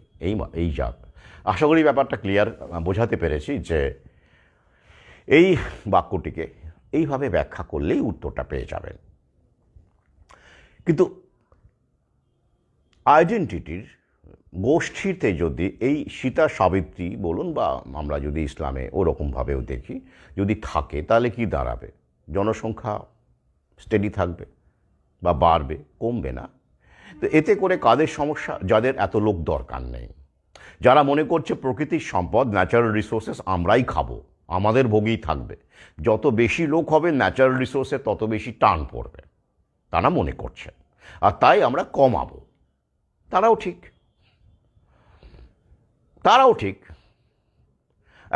তাদের তো এত মানুষ লাগবে না। এআই চলে এসেছে, রোবোটিক্স চলে এসেছে, কত কিছু আপনারা জানেন, মেশিন লার্নিং চলে এসেছে, এখন লাগবে না ওদের। তো তারা ঠিক করলো যে আমাদের প্রকৃতিতে এত রিসোর্সেস আছে, আমরা সেগুলো কন্ট্রোল করে নেব। কন্ট্রোল করে আমরা এবং আমাদের দালাল শ্রেণী, যারা পৃথিবীতে মাত্র এখন 800 কোটি মানুষ, পৃথিবীতে আমাদের দরকার নেই, আমরা 50 কোটি থাকলেই যথেষ্ট। আমরা ভালো করে ভোগ করে আমরা এবং আমাদের সরাসরি দালালরা মিলে পৃথিবীকে ভোগ করব সম্পদ, বাকিটার এত লোকের দরকার নেই, আর থাকলেও ভাতা নির্ভর করে দেব আমরা। এরকম যাদের দর্শন, দৃষ্টিভঙ্গি, তারাও ঠিক, তাদের মতো করে তারাও ঠিক। তারা তখন কি করবেন? তারা চাইবেন যে জনসংখ্যা কমুক। কিভাবে? শুধুমাত্র ভৌ গুজে দিয়ে? না, সেটা দিয়ে হয় না, বিভিন্নভাবে করতে হবে। তার মধ্যে একটি হলো মগজ ধোলাই মিডিয়াকে দিয়ে। বিবেকানন্দ যেটা বলেছিলেন সেটাও কিন্তু এক ধরনের মগজ ধোলাই বটেই, কারণ সেটা তিনি আইডেন্টিটির স্বার্থে বলেছিলেন, ক্ল্যানের স্বার্থে বলেছিলেন। ভারত এর আদর্শ কি? সীতা, সাবিত্রী, দময়ন্তী, নারী জাতির আদর্শ বলেছিলেন। ঠিক আছে, এবার তাঁরা বলতেই পারেন, উল্টো গীত গাইতে পারেন যে না, সীতা, সাবিত্রী, দময়ন্তী এরা তো মানে নারী, হে নারী, তোমার আদর্শ হতে পারে না। রিগ্রেসিভ চিন্তাভাবনা। তুমি কি আত্মত্যাগ করার জন্য জন্মেছ, হে ভারতীয় নারী, Indian female? To you sky is the limit, come on, enjoy life, বলতেই পারেন। এইবার কোনো নারীর কাছে যদি সীতা সাবিত্রীর পরিবর্তে তসলিমা বা এরকম আরও অনেক, আমরা জানি অনেক চরিত্র রয়েছেন, অনেক সেলিব্রিটি রয়েছেন, ইত্যাদি রয়েছেন, তাদের মতো যদি তারা হন, হতেই পারেন। এতে করে কাদের লাভ হবে? আলটিমেটলি ইন দ্য গেম কাদের লাভ হচ্ছে? শেষ বয়সে কেউ উপলব্ধি করেন কাদের কি লাভ হয়েছে, কিন্তু আলটিমেটলি এটা উপলব্ধির ব্যাপার। তো ওরা শুধুমাত্র ভৌ দিয়ে কমাবে না, শুধু বিজনেস, পাশাপাশি বিজনেসও চলছে, মুনাফাবাজি একবারে তো কেউ বুঝতেই পারছেন, এখনও অনেক কিছু দেখার আছে আমাদের। কিন্তু এইভাবে যদি মগজ ধোলাই করে দেওয়া হয়, পুরুষের নয়, পুরুষকে দরকার নেই, পুরুষ তো গেছেই আগেই আর কি, সে এখন অসহায় জীব এখন এই করতে দাঁড়িয়ে। এখন ট্রান্সজেন্ডারদের প্রতিপত্তি বাড়বে, দেখবেন তাদেরকে প্রমোট করা হবে, ইতিমধ্যেই শুরু হয়ে গেছে বিভিন্ন ক্ষেত্রে, বিউটি কন্টেস্ট থেকে শুরু করে খেলাধুলা, লেখালেখি, সর্বত্রই ট্রান্সজেন্ডার প্রমোট করা শুরু হয়ে গেছে। নারীদের প্রমোশন এখনও চলবে। এবার ধরুন নারীদের যদি এরকম করে ভাবানো যায়, এবং তাদের যুক্তিও কিন্তু আছে। এভাবে দেখুন, আপনি যদি সত্যি সত্যি ভাবেন ব্যক্তিগত স্তরে, একটা নারী যদি এরকম করে ভাবে, তার কি দোষ দেওয়া যায়? এই জায়গাটা খুব ইন্টারেস্টিং। সে যদি ভাবে যে আমি কেন কষ্ট করতে যাব, আমি কেন পুরুষটি দিব্যি ক্যারিয়ার তৈরি করবে, আর আমি চাকরি বাকরি মানে ওই সময় চাকরি করাও মুশকিল, কারণ ওই সময়টা তো সন্তান লালন পালনে দিতে হয়, প্রকৃতি সেভাবেই করেছে। হ্যাঁ, দুগ্ধপোষ্য শিশুকে নিয়ে রেখেই আপনি চলে গেলেন, এটা তো হয় না। মমতাও কাজ করে, মমত্ববোধও কাজ করে, এদিকে ঝামেলাও আছে, ক্যারিয়ারও আছে। এইসব একটা মারাত্মক ঝোঁক। এই কারণে দেখবেন ক্যারিয়ার ওমেন যারা, তারা মা হচ্ছে না, এবং এই সংখ্যাটা তথাকথিতভাবে শিক্ষিত নারীদের মধ্যেই বেশি। অবশ্যই এবার তাদের দোষও দেওয়া যায় না, আমি তো কোনো দোষ দিই না, দিতে পারি না। কেন পারি না? তারা যদি এরকম করে ভাবে, দোষ দেওয়া যাবে কি করে? যাবে না। শুধু তাই নয়, তাদের মনে হতে পারে আমি ভালো সাংবাদিক হব, মনে হতে পারে আমি ভালো চিকিৎসক হব। কেন হব না? এতদিন তো হতে পারিনি, পুরুষরা দাবিয়ে রেখেছিল। শুধু আইডেন্টিটি নির্মাণ করতে করতে আমাদের জীবন চলে যাবে, আমাদের নিজের ইচ্ছে শখ আহ্লাদ নেই তাদেরও যুক্তি আছে। আর এই কারণেই আমাদের এই ক্রিয়ার দিকে একটা এগিয়ে যাচ্ছে, একটা ইন্টারেস্টিং জায়গায় আমরা পৌঁছেছি। মহাকাল এটাই চাইছে। তো এই ক্রিয়া প্রতিক্রিয়াটা যারা বুঝবেন, বুঝে তারা সিদ্ধান্ত নেবেন। হ্যাঁ, আমরা দেখেছি ইউরোপে, আমি গিয়ে দেখে এসেছি, এইসব নারীরা বা পুরুষেরা শেষ জীবনে অত্যন্ত নিঃসঙ্গ কাটান, অনেক আত্মহত্যার হার অনেক বেশি, ডিপ্রেশনের হার অনেক বেশি, মানসিক রোগের মারাত্মক রকমের ক্রনিক ডিপ্রেশনে তারা শিকার।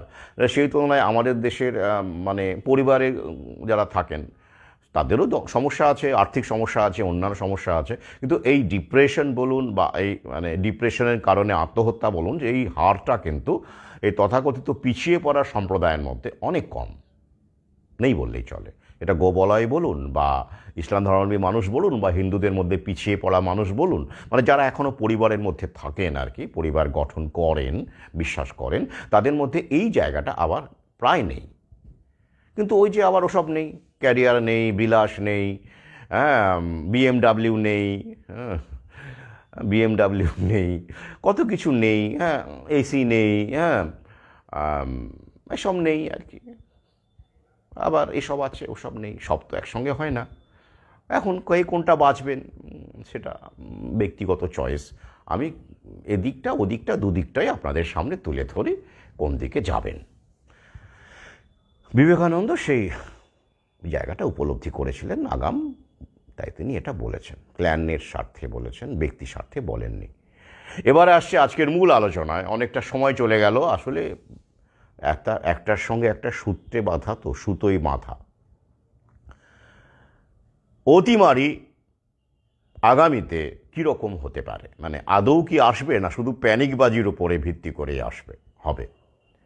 রিয়ালিটিতে কি হবে? সত্যি কিছু আমরা এরকম দেখতে পাবার সম্ভাবনাই বেশি। প্যানিকবাজি তো চলবেই পাশাপাশি, কিন্তু শুধুমাত্র এই মিডিয়ার প্যানিকবাজিতে কি মানুষ আর ভয় পাবে? চারদিকে যে প্রতিক্রিয়াগুলো আমরা দেখছি, অপিনিয়নগুলো দেখছি, ফেসবুকে যে এইরকম খবর, HMP যে খবরগুলো আমরা দেখতে পাচ্ছি, হ্যাঁ, HMPV আজ এই আক্রান্ত হলো, সংখ্যা বাড়ছে, অমুক মারা গেল, ক্যান্সার, হার্ট অ্যাটাক পর্যন্ত হতে পারে, এগুলো ভয় দেখাচ্ছে। যদিও এগুলো কারণ হচ্ছে এটাই, এইগুলো বলে লাইফস্টাইল ছিল, এটার সঙ্গে যোগ হলো, এবার প্যারাসিটামল হলো, যত রকম ওষুধপত্রকে দেখবেন এখন বিভিন্ন জায়গায়, ওষুধের দরকার নেই, ভ্যাকসিনই এখন সব।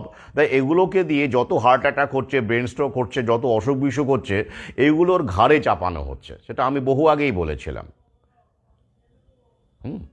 তো HMPV বলুন বা এই যে কিছুদিন আগে আমি পোস্ট দিয়েছিলাম, বা এখনও দেখবেন, বিভিন্ন অ্যান্টিবায়োটিক থেকে শুরু করে বিভিন্ন রকমের ওষুধকে ব্যান করা হচ্ছে। হঠাৎ করে ওরা উপলব্ধি করছে এতে মানুষের ক্ষতি হচ্ছে, মানুষের মৃত্যু হচ্ছে। এতদিন দিব্যি চলছিল, এবার যাতে করে কোনো মানুষ এরকম ভাবে ও ওই ওষুধটা খেয়েছিল তাই হার্ট অ্যাটাক হলো, ও আচ্ছা তাহলে হার্ট অ্যাটাক কেন হলো? HMPVর কারণে হয়েছিল, সর্দি কাশি হয়েছিল ওই যে HMPV নির্ঘাতে। এইভাবে যাতে করে মানুষ ভাবে, তার জন্য এই করোনামৃতের কারণে যত অসুস্থতা হচ্ছে, আগামীতে আরও হবে, সেগুলোকে এই সব HMPV বলুন বা আরও যেসব সার্কুলেশনে আমরা দেখতে পাচ্ছি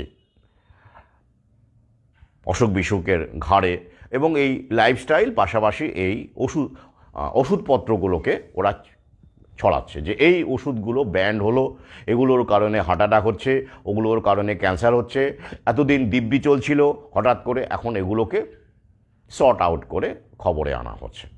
আর এখন নিউজ চ্যানেলগুলো তো দেখবেন শুধু ভাইরাস আর স্বাস্থ্যের খবরাখবরে পড়ে গেছে, আমাদের ভালো রাখার জন্য উঠে পড়ে লেগেছে ওরা। তো যাই হোক, এটা যে ডাইভার্শনারি ট্যাকটিক্স, মানে ঘুরিয়ে দেওয়া হবে নজর, সেটা আমি বহু আগেই বলেছিলাম, তাই হচ্ছে। মূল ইস্যু থেকে, ভ্যাকসিনের কর্মকাণ্ড, করোনা ভ্যাকসিনের কর্মকাণ্ড থেকে মানুষকে দূরে সরিয়ে রাখার জন্য এই কারণগুলোকে এখন দেখানো হচ্ছে। বেশ, সেটা হচ্ছে, আমরা জানি, এটা আমরা বুঝি। কিন্তু এখন যেটা প্রশ্ন, যে শুধু এই প্যানিকবাজি যেটা বাস্তবে ঘটছে না, শুধু মিডিয়ায় হচ্ছে, যেটা করোনার ক্ষেত্রে হয়েছিল, মানুষ ভয় পেয়েছিল, তখন মানুষ ক্রস চেক করেনি, এখন সাইকোসিস ছিল প্রথমবারে যেটা হয়। কিন্তু প্রথমবারে যে সাইকোসিস, ফিয়ার সাইকোসিস ছিল, যারাকে আমি থানাটোপো ভূয়া বলেছি, দ্বিতীয় খণ্ডে আর্টিকেলও আছে, তো সেটা কি রিপিটেড হবে? সম্ভাবনা আছে? না, নেই, কম, নেই বললেই চলে।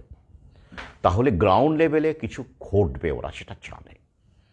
গ্রাউন্ড লেভেলে কি ঘটতে পারে যেটাকে ওরা কাজে লাগাবে পরবর্তী বিধিনিষেধ বা লকডাউন বলুন, বা আইসোলেটেড লকডাউন বলুন, কার্পেট না হোক, বিভিন্নভাবে মানে কায়দায় কি করতে পারে ওরা, কিসের ভিত্তিতে এটা করতে পারে, সে বিষয়ে আমার একটা পর্যবেক্ষণ আছে।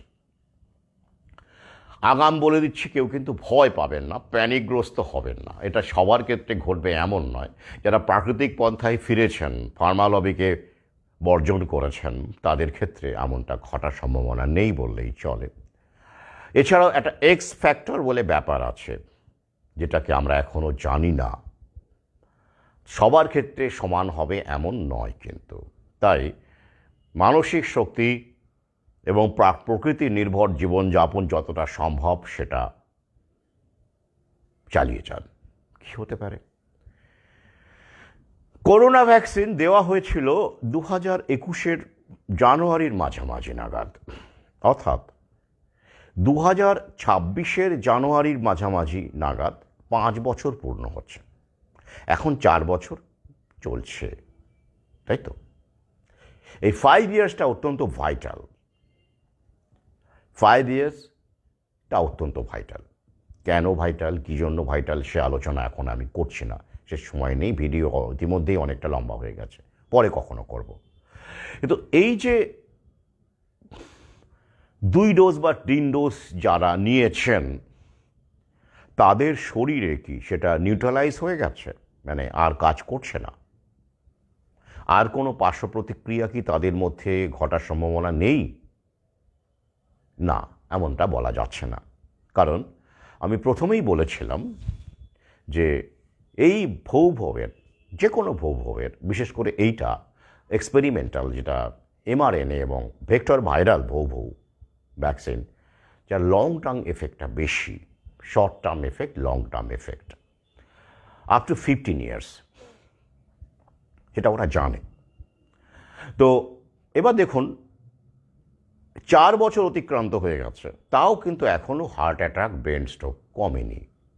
অর্থাৎ ইমিডিয়েট যারা ভাবছিলেন, যারা বলছিলাম যে ইমিডিয়েট সাইড এফেক্ট হিসেবে এগুলো হতে পারে কিছু কিছু পার্শ্ব প্রতিক্রিয়া, এটা ইমিডিয়েট নয়। 4 বছর পরে যদি একটা তরতাজা তরুণের, যার কোনো রকম লাইফস্টাইলের প্রবলেম নেই, এবং বাচ্চা কাচ্চার প্রবলেম নেই, জন্মগত কোনো হার্টের প্রবলেম নেই, কিছু নেই, এরকম বহু স্টাডি আমি দেখেছি, খোঁজ নিয়েছি, তাদের যদি হার্ট অ্যাটাক 4 বছর বাদেও হতে পারে, তাহলে এখনও কিন্তু শর্ট টার্ম এফেক্ট এর পর্ব শেষ। এখন মিড টার্ম এফেক্ট শুরু হয়ে গেছে এবং লং টার্মে ঢুকে গেছে। 5 বছরের অতিক্রম হয়ে, 5 বছর ছুঁয়ে ফেললেই লং টার্মের মধ্যে ঢুকে যাবে। তো এখন মিড টার্মের শেষে লং টার্মের দিকে যাচ্ছে। তো সেই ক্ষেত্রে আমরা কিন্তু আরও অনেক পার্শ্ব প্রতিক্রিয়া দেখতে পাচ্ছি। খোঁজ নিয়ে দেখুন ক্যান্সার কী হারে বেড়ে গেছে। আমি কালই একজনের সঙ্গে কথা বললাম, তার আপনজনের ক্যান্সার এখন হাউসহোল্ড হয়ে গেছে বলেই ক্যান্সার ভ্যাকসিনের মার্কেটিং শুরু হয়ে গেছে। আপনারা জানেন রাশিয়ার একটি ক্যান্সার ভ্যাকসিন আমাদের দেশেও বিজ্ঞাপিত হচ্ছে, কারণ ওরা বাজারটা তৈরি করে নিয়েছে। আর ক্যান্সার রোগটা যে ভয়াবহ আকার নেবে আগামীতে, সেটা অকল্পনীয়, মানে সর্দি কাশির মতো হয়ে যাবে, যে কারণে ভ্যাকসিন অত্যন্ত লাভজনক হবে। ক্যান্সার ভ্যাকসিন আরও ভ্যাকসিন ক্যান্ডিডেট তৈরি হচ্ছে, এবং এগুলো যে কী আদৌ কী ভ্যাকসিন সেটা আপনারা ভালো করে জানেন, কারণ ক্যান্সার ব্যবসা অত্যন্ত লাভজনক। পৃথিবীর সবচেয়ে বেশি প্রায় 300 বিলিয়নের ব্যবসা এই মুহূর্তে। তো সেটা ওরা কি ভ্যাকসিন দিয়ে আটকে দেবে না, আরও মাল্টিপ্লাই করবে। You want nothing but you will be happy. কীভাবে কীভাবে হবে বলুন দেখি? আপনি সব দিয়ে দেবেন, এই নিন, আই ওয়ান্ট নাথিং, আমার কিছু নেই, আমি রাখতে চাই না, আমি শুধু ভাতার ওপর নির্ভর করে স্লেভ কোয়ার্টারে থাকতে চাই, বলবেন আপনি? না। কিভাবে বলবেন? ঘটি বাটি বিক্রি করে, সমস্ত কিছু জমি জমা বিক্রি করেই আপনি কি হয়ে যাবেন? You want nothing. এরকম পরিস্থিতি অনেকেরই হচ্ছে, আস্তে আস্তে অনেকেরই হবে, আরও বাড়বে। পরিস্থিতি এমন জায়গায় চলে যাবে যখন আপনাকে সব প্রাকৃতিক সম্পদ, বিশেষ করে বাড়ি ঘর জমি, যেটা ওদের কাছে আকাঙ্ক্ষিত কৃষি জমি, আপনাকে বেচতে হবে আপনজনকে বাঁচাতে গেলে। এটা একটা প্রক্রিয়া, it's a process, it will take some time, but it's already in the offing. তাহলে কেন এটা হচ্ছে? এ নিয়ে রিসার্চ আছে, যেটা আমি ইউটিউব ভিডিওতে বলেছি এবং বহু আগে আমার পর্যবেক্ষণ জানিয়েছিলাম। এখন তো রিসার্চ আসছে যে স্পাইক প্রোটিনটা ওরা আমাদের শরীরে প্রবেশ করিয়েছে, সারফেস প্রোটিন, যেটা করোনার, যেটা ভেক্টর ভাইরাল ভ্যাকসিন কোভিশিল্ডের মাধ্যমে প্রবেশ করানো হয়েছে, এবং ওদিকে মডার্না বলুন, ফাইজার বলুন, প্রবেশ করানো হয়েছে। সেটা কিন্তু আমাদের শরীরে স্পাইক প্রোটিন বানিয়ে যাচ্ছে, কন্টিনিউ করছে, থামছে না, ব্রেক নেই তার। জাপানের কিছুদিন আগে দেখবেন জাপানের বিজ্ঞানী ডাক্তারেরা পথে নেমেছিলেন, এই mRNA ভ্যাকসিনের বিরুদ্ধে পথে নেমেছিলেন তারা। কারণ কি? এইটাই তারা বলছিলেন যে স্পাইক প্রোটিন কিন্তু বন্ধ হচ্ছে না, সেটা কিন্তু চলছে, মানে শরীর কিন্তু বানাতে থাকছে। কারণ ওই যে একটা বানিয়ে নাও, বডিকে বলা হয়েছে বানিয়ে নাও, বডি বানিয়ে যাচ্ছে। তো সেইটা যখন একটা পর্যায়ে চলে যাচ্ছে, শরীরের ফিজিক্যাল ইকোসিস্টেম নিতে পারছে না যখন, তখনই তার মারাত্মক রকম সমস্যাগুলো তৈরি হচ্ছে। সেটা হার্ট অ্যাটাক, অন্তত ব্লাড ক্লট, সেটা জানেন। এই সবই স্পাইক প্রোটিনের লীলা, কাঁটা প্রোটিনের লীলা। বিভিন্ন রকমের থ্রম্বোসাইটোপেনিয়া বলুন, থ্রম্বোসিস বলুন, এগুলো ঘটছে। স্টাডি তাই বলছে। সম্প্রতি ল্যান্সেটেও স্টাডি একটি বেরিয়েছে, আমি লিঙ্ক দিয়ে দেব। কিন্তু ওরা বলছে কি খুব রেয়ার ক্ষেত্রে হচ্ছে, সেটা ওরাও আগেও ফ্যাক্সিটেও লেখা ছিল, দেখবেন কোভিশিল্ডের ফ্যাক্সিট আমরা সে সময় অনুবাদ করে ছড়িয়েছি। এই রেয়ার ক্ষেত্রে 1 লক্ষে 1 জন এরকম নাকি থ্রম্বোসিস হতে পারে বা ব্লাড ক্লট হতে পারে বলা হয়েছিল। কিন্তু বাস্তবে কি তাই? আমরা দেখতে পাচ্ছি সংখ্যাটা অনেক বেশি। তো এটা আগামীতে বাড়বে, কারণ স্পাইক প্রোটিন চলছে শরীর গ্রহণ বানিয়ে যাচ্ছে। জাপানের যে স্টাডিটা আসছে সে অনুসারে বললাম আর কি। আরেকটি বিপদ, যেটা মন্তেগনিয়ার বহু সে সময় বলেছিলেন, তিনি এখন গত হয়েছেন, নোবেল প্রাইজ উইনার, একমাত্র তিনিই প্রতিবাদ করেছিলেন, মাস ভ্যাকসিনেশনের প্রতিবাদ করেছিলেন। বলেছিলেন এইভাবে সবাইকে ভ্যাকসিন করে দেওয়ার কোনো দরকার নেই, এতে আরও সর্বনাশ হবে। উনি প্রতিবাদ করে বলেছিলেন, কি বলেছিলেন? তিনি এডির কথা বলেছিলেন। আমার পুরনো চ্যানেলে লুক লুক মন্তেগনিয়ার বলার বহু আগেই কিন্তু আমি এডির বিপদ নিয়ে একটি ভিডিও করেছিলাম। সেটি তো স্বাভাবিকভাবে আর নেই, চ্যানেলই উড়িয়ে দিয়েছে। ওটা ফেসবুক লাইভ ছিল, ইউটিউবে দেওয়া হয়েছিল। তো এই এডির বিপদ পরবর্তীকালে লুক মন্তেগনিয়ারও স্বীকার করে নেন এবং তিনি এই ভয়ের কথা বলেন যেটা আগামীতে ঘটতে পারে। সেটা কি?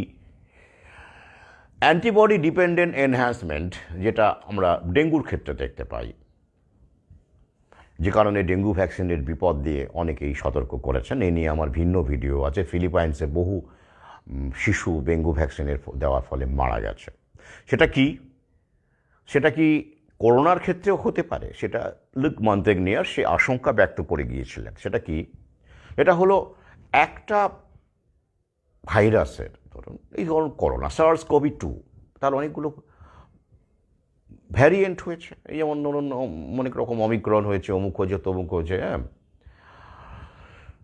এবার এগুলো মিউটেশন হচ্ছে, যেগুলো আদৌ আমাদের এমনিতে কোনো ক্ষতিই করতে পারতো না, যদি আমরা কমন কোল্ডের মতো, যেগুলো আমাদের সর্দি কাশি আগেও হয়েছে, ক্ষতিই করতে পারতো না। কিন্তু ভৌ নেওয়ার ফলে একটা অন্য জিনিস তৈরি হয়ে গেল। কি হলো? আমাদের ন্যাচারাল ইমিউনিটিকে হাইজ্যাক করে নিয়ে একটা আর্টিফিশিয়াল ইমিউনিটি তৈরি করা হলো। ন্যাচারাল ইমিউনিটি যেটা আমরা সহজেই ওভারকাম করতে পারতাম, এই সব ফ্লু বলুন, সাধারণ অসুখ বিসুখ, যেগুলো আমরা সহজেই ওভারকাম করতে পারি, কারণ প্রকৃতি আমাদেরকে সেই ইমিউন সিস্টেম দিয়েই পাঠিয়েছে। কিন্তু এই এক্সপেরিমেন্টাল ভ্যাকসিনগুলো কি করলো? ইমিউন সিস্টেমকে ড্যামেজ করতে শুরু করলো। কারণ যেটা স্পন্টেনিয়াস ইমিউন সিস্টেম যেভাবে কাজ করে, ওয়েতে কাজ করে, সেটাকে ওরা ব্যাঘাত তৈরি করলো। এই এক্সপেরিমেন্টাল, যেটা ট্র্যাডিশনাল ভ্যাকসিনে অতটা ঘটেনি সেরকমভাবে, কিন্তু সেগুলো দীর্ঘদিন গবেষণা করে, তাই ট্র্যাডিশনাল ভ্যাকসিনেরও সমস্যা আছে, সেটা আমি বলেছি, কিন্তু এই মাত্রায় নেই, এই এতটা ভয়ঙ্কর মাত্রায় নেই, যেটা ভেক্টর ভাইরাল ভ্যাকসিন এবং mRNA ভ্যাকসিনের ক্ষেত্রে ঘটছে। তার ফলে কি হচ্ছে? ধরুন আপনার শরীরে ভ্যারিয়েন্ট এ বা ভ্যারিয়েন্ট বি, এ বি বা শুধু এ কে মোকাবিলা করার জন্য কোনো ভ্যাকসিন দেওয়া হয়েছে। ব্যাস, এবার আপনার শরীরে সেটা অ্যান্টিবডি তৈরি করলো। কার বিরুদ্ধে? ভ্যারিয়েন্ট এর বিরুদ্ধে অ্যান্টিবডি তৈরি করলো। অর্থাৎ এরপরে যদি আপনার শরীরে ভ্যারিয়েন্ট এ, করোনার ভ্যারিয়েন্ট এ, আমি সহজ করে বোঝানোর জন্য বললাম, প্রবেশ করে, তাকে সে রুখে দিতে পারবে। এই রকম একটা থিওরি, খুব সহজ লেম্যানের মতো করে বোঝাচ্ছি আপনাদের। কিন্তু সমস্যা হলো, অ্যান্টিবডি ডিপেন্ডেন্ট এনহ্যান্সমেন্ট কখন বলবো? যখন এই ধরুন আপনার শরীরে এ ভ্যারিয়েন্টের বিরুদ্ধে অ্যান্টিবডি আছে, এবার বি বলে একটা ভ্যারিয়েন্ট আপনার শরীরে প্রবেশ করলো, কোনোভাবে প্রবেশ করলো, বা আপনার শরীরে ছিলই, সেটা অ্যাক্টিভ হয়ে গেল। জানেন তো আমাদের শরীরে প্রচুর billion billion trillion trillion bacteria virus আছে, অ্যাক্টিভ হয়ে গেল। বিভিন্ন ক্ষেত্রে বিভিন্ন কারণে হয় অ্যাক্টিভ। আপনার শরীরের উপর যদি আপনি অত্যাচার করেন, জীবনযাপন, অনেক কাহিনী, শরীরের বিরুদ্ধে পাপ করলে শরীর তার জবাব দেয়। তো যাই হোক, যে কোনো কারণে অ্যাক্টিভ হয়ে গেল, এবার বা বাইরে থেকে প্রবেশ করলো। এবার কি হবে? এই যে আপনার শরীরে ইতিমধ্যেই ভ্যারিয়েন্ট এর বিরুদ্ধে যে অ্যান্টিবডিটা আছে, সে কি এই ভ্যারিয়েন্ট বিকে মোকাবিলা করবে, ফাইট করবে, যেমন ভ্যারিয়েন্ট এর বিরুদ্ধে সে ফাইট করেছিল? না, করবে না। সে কি করবে? তাকে এইড করবে, অ্যাসিস্ট করবে, করে বলবে, ভাই এসো, আরও শরীরের মধ্যে ঢোকো, সেলে সেলে ঢুকে সর্বনাশ করো, আমি তোমাকে হেল্প করছি। এটাকেই বলে অ্যান্টিবডি ডিপেন্ডেন্ট এনহ্যান্সমেন্ট। অর্থাৎ অ্যান্টিবডির উপরে নির্ভর করে রোগ বেড়ে যাওয়া, অসুস্থতাটা বেড়ে যাওয়া। অ্যান্টিবডি যেটা আছে আপনার, ওই যে ভ্যারিয়েন্ট এর বিরুদ্ধে অ্যান্টিবডি আপনার শরীর বানিয়ে ফেলেছে, তার উপর ডিপেন্ড করছে করে রোগ বাড়াচ্ছে, অসুস্থতা বাড়াচ্ছে কে? ভ্যারিয়েন্ট বি বা সি বা ডি, যেটা যার বিরুদ্ধে অ্যান্টিবডি নেই আপনার শরীরে। তাহলে কি দাঁড়াচ্ছে? এই যে কাজটা করোনা ভ্যাকসিন করছে বলে দাবি করেছেন বা করবে বলে দাবি করেছিলেন লুক মন্তেগনিয়ার। ব্যাপারটা খুব ভয়ানক, কিন্তু খুব ভয়ানক। তো তাই আমরা আস্তে আস্তে দেখতে পাচ্ছি আগামীতে সর্দি কাশি, যেটা খুব কমন কোল্ড, খুব সাধারণ বলে মানুষের কিছুই হতো না, দু একদিনেই সেরে যেত, সেটা আগামীতে সারবে না সম্ভবত। নিউমোনিয়ার আকার নেবে, ভয়ঙ্কর নিউমোনিয়া বা ব্রড একটা মানে ইনফেকশন, আপার রেসপিরেটরি ইনফেকশন বলুন বা লোয়ার রেসপিরেটরি ইনফেকশন বলুন, সেটা ভয়ঙ্কর আকার নেবে, অর্থাৎ ফ্লু। তাই দেখবেন যত ভয় দেখানো হচ্ছে, মানে আসছে খবরে হচ্ছে, সব কটা ফ্লু, কিন্তু ফ্লু। কারণ করোনামৃত যারা নিয়েছেন আগামীতে এই সর্দি কাশি, জ্বর, গলা ব্যথা, respiratory track infection, lung infection, মানে ফুসফুস জনিত বিভিন্ন রকমের সমস্যায় ভুগতে থাকবেন আগামীতে। ইতিমধ্যে সেটা শুরু হয়ে গেছে, আর এগুলোকেই ওরা বিভিন্ন নাম দেবে। ইতিমধ্যেই আমরা জানি যে করোনার সেকেন্ড জেনারেশন ভ্যাকসিন কিন্তু তৈরি হচ্ছে, ট্রায়াল চলছে। হ্যাঁ, নেক্সট জেনারেশন ভ্যাকসিন, এটা নিয়ে আমার ভিন্ন লাইভ আছে, দেখে নেবেন। ওরা বলছে যে এখন পর্যন্ত যে ভ্যাকসিনগুলো দেওয়া হচ্ছে সেটা করোনার যে বাইরের প্রোটিন আছে, সারফেস প্রোটিন আছে, সেটার বিরুদ্ধে প্রোটেকশন দেয়, কিন্তু করোনার যে নিউক্লিয়াসে যে প্রোটিন আছে সেটাতে নাকি প্রোটেকশন দিচ্ছে না। তাই এটাকে বাইভ্যালেন্ট ভ্যাকসিন বলা হচ্ছে। তাই মিউটেট করছে যখন ভাইরাসটা, দুটো প্রোটিনই মিউটেট করছে। প্রোটিনটা ভাইটাল ভাইরাসের ক্ষেত্রে, কেন ভাইটাল, কতটা ভাইটাল সে আলোচনা পরে। তো তাই বাইরের মিউটেশনটাকে সামলে নিচ্ছে ভ্যাকসিন বলছে, ওরাই বলছে, ওদের বিজ্ঞানী বলছে, কিন্তু ভেতরে যে নিউক্লিয়াসের যে প্রোটিন, সেইটার যে মিউটেশন হচ্ছে সেটাকে নাকি সামলাতে পারবে না, সেটা ওরা জানে, কিন্তু যাই হোক পারবে না। তাই তারা বাইভ্যালেন্ট ভ্যাকসিনের কথা বলছে এবং তারা সে ট্রায়াল চলছে। বাইভ্যালেন্ট কেন? বাই মানে দুই, মানে বাইরের প্রোটিন ভেতরের প্রোটিন দুটোকেই মোকাবিলা করবে, অর্থাৎ হোল ভাইরাসকে মোকাবিলা করতে পারবে বলে ওরা একটা অলরেডি মার্কেটিং শুরু করেছে। তা এখন প্রশ্ন হচ্ছে, আগামীতে এই করোনাই আসবে?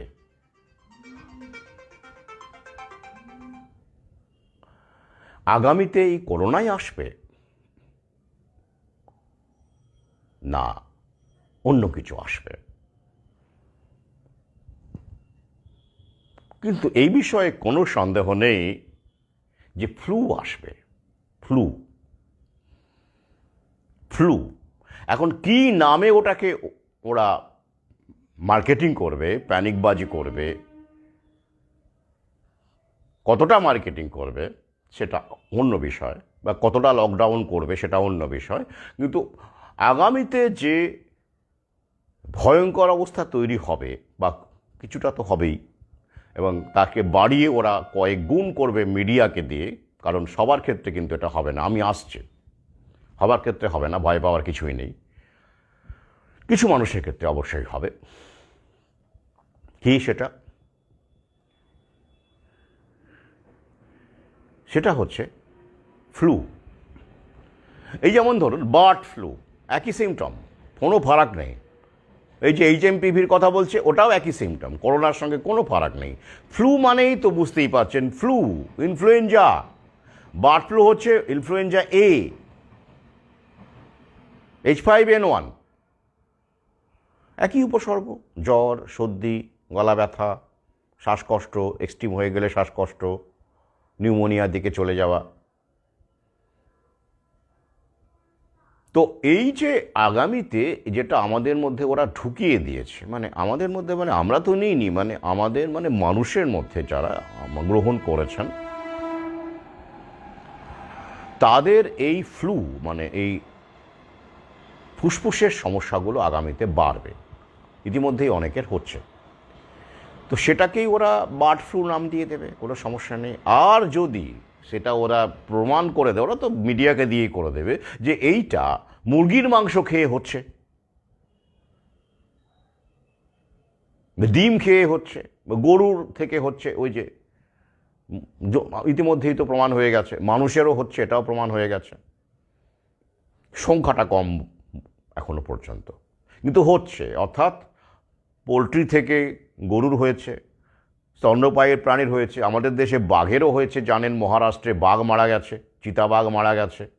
এই কারণে পোলট্রির মানে মুরগি খাওয়ানো বন্ধ হয়ে করে দিয়েছে, সেটাও খবর আছে, আপনারা জানেন,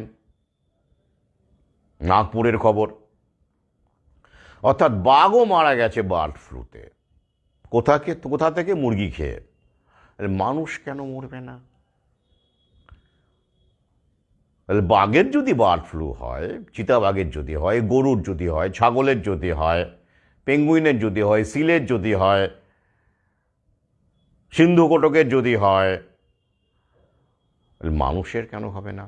স্তন্যপায়ী, অর্থাৎ জুনোটিক ডিজিজ। আমি স্ট্যাচুতে এ বিষয়ে বহু আগে লিখেছি, সেটা ছাপাও হয়েছে, মানে বইয়ে, আপনারা জানেন। স্ট্যাচু বইটিও খুব গুরুত্বপূর্ণ। স্ট্যাচু, চক্রব্যূহের দিন রাত্রি, দ্বিতীয় খণ্ড, প্রথম খণ্ড, যাই হোক, এই সময়ে যতগুলো বই লিখছি আমি, লিখেছি। তো যাই হোক, তো এই জুনোটিক ডিজিজ মানে কি? জু থেকে জুনোটিক, অর্থাৎ প্রাণী থেকে, জন্তু জানোয়ার থেকে মানুষের মধ্যে ছড়াচ্ছে যে রোগ, যে অবশ্যই ভাইরাস, এখন সব ভাইরাসের গল্প আর ভ্যাকসিনের গল্প, সেটাই জুনোটিক ডিজিজ এক কথায়। আর ওরা যে নতুন বিশ্ব ব্যবস্থায় যে স্লোগানটা দিচ্ছে, তার নাম ওয়ান হেলথ। অর্থাৎ জন্তু জানোয়ারের হেলথ আলাদা করে দেখা যাবে না, মানুষের হেলথ আলাদা করে দেখা যাবে না, একসঙ্গে দেখতে হবে। ওয়ান, সব one. One health, one world government, one world order, সব ওয়ান। তো ওয়ান হেলথের যে কর্মসূচি, তার মধ্যে পরিষ্কারভাবে আমি এটা নিয়েও লিখেছি, বলেছি, বলা আছে জন্তু জানোয়ারের স্বাস্থ্যকেও বজায় রাখতে হবে। তারাও তো আমাদের পৃথিবীতে, তাদেরও তো অবদান আছে। তো তাদের কী করতে হবে? খাওয়া যাবে না, কাটা যাবে না, মেরে ফেলা যাবে না। এটা যেমন ঠিক, তেমনই তাদের থেকে রোগ ছড়ালে, মানুষের মধ্যে ছড়ালে, তাদেরকে আইসোলেট করতে হবে। হ্যাঁ, আইসোলেট করতে হবে। ইতিমধ্যেই সেগুলো প্রক্রিয়া শুরু হয়ে গেছে বিভিন্ন চিড়িয়াখানায়, মানে অন্তত ওরা যেমন বলছে প্রভুরা, তেমনই তো করছে কর্মচারীরা। আর আইসোলেট করা মানে কি? আপনি গরু পুষতে পারবেন না, গরু থেকে ছড়াচ্ছে। আপনি ছাগলের মাংস খেতে পারবেন না, ছাগল থেকে ছড়াচ্ছে। আপনি মুরগি খেতে পারবেন না, মুরগি থেকে ছড়াচ্ছে। অর্থাৎ এগুলো তো পরের স্টেজ, আস্তে আস্তে হবে। কিন্তু এই যে প্রথমে ছড়াচ্ছে, এই প্যানিকটা তৈরি করতে হবে, ওরা এস্টাবলিশ করতে হবে, এবং ওরা করে দেবে। মুরগি প্রচুর মারা যাচ্ছে এবং মুরগির ফার্মের লোকও মারা গেল, এটা করাতে কোনো ব্যাপার আছে? আপনি গিয়ে দেখতে যাবেন কেন মরেছে, কারা মেরেছে, বিষ দিয়ে মেরেছে কিনা আপনি জানতে পারবেন না। কিন্তু ওরা দেখাবে আপনাকে ছবিতে, এই দেখুন এই ফার্মে এত মুরগি বার্ড ফ্লু আক্রান্ত হয়ে মারা গেছে। শুধু তাই নয়, ফার্মে যারা দেখভাল করতো 5-6 জন কর্মী, তারাও অসুস্থ এবং ভুগছে, 3 জন মারা গেছে। তাহলে কি দাঁড়ালো? ওই মুরগি থেকে বার্ড ফ্লু ছড়াচ্ছে এবং মানুষ মারা যাচ্ছে। এবার আপনার শরীরে তো করোনামৃত গোঁজা আছে, আপনার তো ইতিমধ্যেই শ্বাসকষ্ট হচ্ছে, অনেকে দেখতে পাচ্ছেন আপনার বাড়িতে, বাবা মা হচ্ছে, অনেকেরই হচ্ছে, আপনার হয়তো হচ্ছে না, বা কারো হচ্ছে, এটা গ্রাউন্ড রিলেটিভ দেখতে পাচ্ছেন। এবার আপনি কি করবেন? 2-2 4 করে নেবেন কি, হ্যাঁ ওই তো বার্ড ফ্লু, বাড়িতেও তো হচ্ছে, শ্বাসকষ্ট, আমার অমুক মারা গেছে কিন্তু এডির ফলে। এডি মারাত্মক, যেটা ডেঙ্গুর ক্ষেত্রে বহু মানুষ মারা গেছে এই ভৌভবের কারণে, যে কারণে ডেঙ্গু ভ্যাকসিনকে নিষিদ্ধ করা হয় ফিলিপাইন্সে।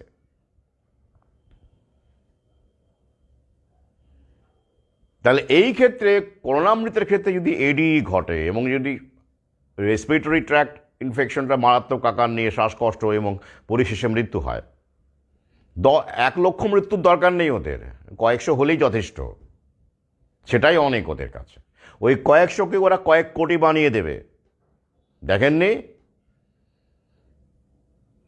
তো? কিছু ঘটবে, একদম কিছু ঘটবে না এমন নয়, সেটা ওরা জানে। কারণ আগের বারে শুধুই মিডিয়ার ওপর ভোজবাজি করে দিল্লি শ্মশান দেখিয়ে ভয় দেখানো হয়েছিল, আর ট্রেনে ট্রেনে অ্যানাউন্সমেন্ট। আবার খেয়াল করে দেখবেন, আবার কিন্তু শুরু করেছে, মাঝখানে বন্ধ ছিল। জানাবেন একটু কমেন্ট করে, আপনারা ট্রেনে ওঠার সময় ওই বিগ বি সেলিব্রিটি বিগ বির কণ্ঠস্বর কি আবার শুনতে পাচ্ছেন? আমি কিন্তু আবার মাঝখানে বন্ধ হয়েছিল, আবার কিন্তু শুনতে পাচ্ছি লোকাল ট্রেনে ওই একই ফাটা রেকর্ড, মানে একই জিনিস বাজানো হচ্ছে। পাচ্ছেন কি? মন্তব্য করে জানান, আমার জানার আগ্রহ আছে এটা। কিন্তু আমি কি একাই পেলাম? আরও একজন অবশ্য জানিয়েছেন তিনি নাকি বজবজ না কোথায় যাচ্ছিলেন, সেখানেও তিনি শুনতে পেয়েছেন। এগুলো কিন্তু বিচ্ছিন্ন ঘটনা নয়, এগুলো কিন্তু সবসময় হ্যামার করে রাখা আমাদের মাথাতে, মগজে, যে না আছে এখনো যায়নি, না আছে এখনো যায়নি। এগুলো উপর থেকে হয়। ট্রেন ড্রাইভার হঠাৎ করে ক্যাসেট চালাতে যায় না, বলা থাকে চালাবেন, একটু চালিয়ে দেবেন। তো জানাবেন যদি আপনারা লোকাল ট্রেনে বিভিন্ন জায়গায় ঘোরাঘুরি করেন, যদি এই ক্যাসেটটা আবার শুনতে পান। আমি পাচ্ছি। তো যাই হোক, ক্ষেত্র কিন্তু তৈরি আছে। এবার বলি যে সবারই কি এই রকমের মানে অমৃতের ফলে এই মারাত্মক সর্দি কাশি সিভিয়ার আকার নেবে, শ্বাসকষ্ট পর্যায়ে চলে যাবে, যার ফলে মিডিয়া সেটাকে কাজে লাগাবে? না, সবার হবে না। প্রথমত যারা ফার্মা কোম্পানিকে অ্যাভয়েড করা শুরু করে দিয়েছেন এবং প্রাকৃতিক জীবন যাপন করছেন, তাদের ক্ষেত্রে এমন ঘটার সম্ভাবনা কম, নেই বললেই চলে। কিন্তু যারা ইতিমধ্যে এখনও কথায় কথায় প্যারাসিটামল গিলছেন, কথায় কথায় অ্যান্টিবায়োটিক গিলছেন, এসব খেয়েই যাচ্ছেন, ওই যে ওটা তো ইতিমধ্যেই আপনার শরীরে ফার্মা কোম্পানি ঢুকিয়ে দিয়েছে জিনিসপত্র, তার সঙ্গে আপনি আবার অবাঞ্ছিত এবং ক্ষতিকর জিনিস, সাবস্টেন্স, কেমিক্যালস আপনার শরীরে ঢোকাচ্ছেন। এটা তো অবশ্যই মারাত্মক আকার নেবে, নিতেই পারে। ওগুলো অ্যাভয়েড করুন। আমি এটাও বলেছি, যারা ডবল বা ট্রিপল ডোজ নিয়েছেন তারা ধূমপান একেবারে ছেড়ে দিন। স্টাডি কিন্তু, তারা ধূমপান একেবারে ছেড়ে দিন। আর একেবারে না পারলে বিড়ি খান, সিগারেটটা ছেড়ে দিন, একটা দুটো করে খান। হ্যাঁ, আবার হলে কীভাবে, স্যার কি বিড়ির এজেন্সি নিল নাকি? এ নিয়ে পরে ভিন্ন লাইভ করব। আমি আবার বলছি, কিন্তু এটা আবার কেউ এআই ফেআই করে দিয়ে বলবে হ্যাঁ স্যার ধূমপানকে উৎসাহিত করছে, এই দেখুন বলে একটা কেটে কুটে দিয়ে বানিয়ে দিল। আবার শুনুন ভালো করে, পুরোপুরি ছেড়ে দিন যারা 2 বা 3টে ডোজ নিয়েছেন। এটা কিন্তু স্টাডি। আর একান্তই না পারলে বিড়িতে চলে যান। যদিও আপনি গুগল খোঁজ মানে তবু বলবো ছেড়ে দিন, কিন্তু ওই যে সঙ্গে সঙ্গে তো ছাড়া যায় না, একটু সময় লাগে। গুগল খোঁজ করলে পাবেন সিগারেট, বিড়ি সিগারেটের চাইতে কয়েকশো গুণ মানে মারাত্মক, যেন মনে হচ্ছে আপনি আগুন খেয়ে শরীর পুড়িয়ে দিচ্ছেন, এরকম মানে তথ্য পাবেন। বাস্তবটা তা নয়। কিন্তু কয়েক বছর আগেও ওরা বিড়িকে লেস হার্মফুল বলতো, মানে খুবই কম ক্ষতি করে এমনই বলতো।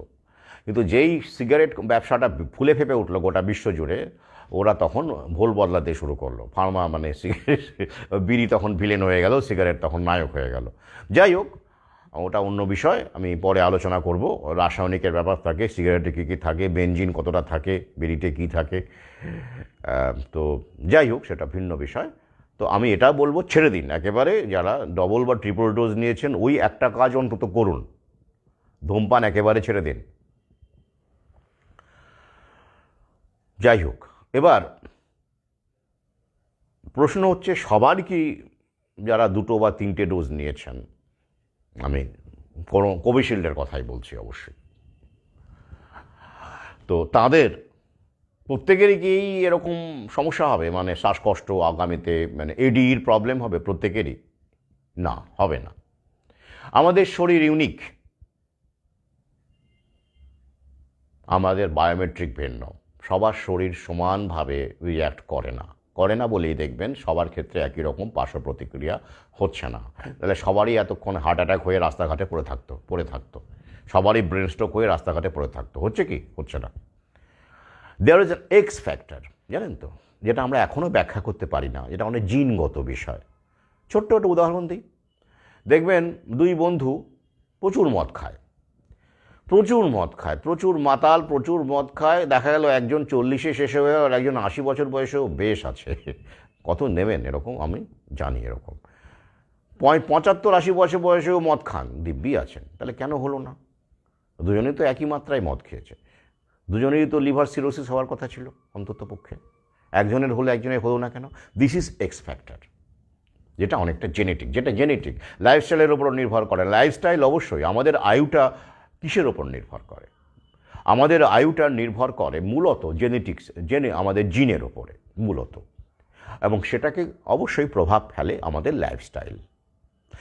কিন্তু এটা কে জিতবে? এটা টাগ অফ ওয়ার থাকে সব সময়, এবং সেই ক্ষেত্রে বেশিরভাগ ক্ষেত্রেই আমি দেখেছি এক্স ফ্যাক্টর যেটা, সেটাই জেতে।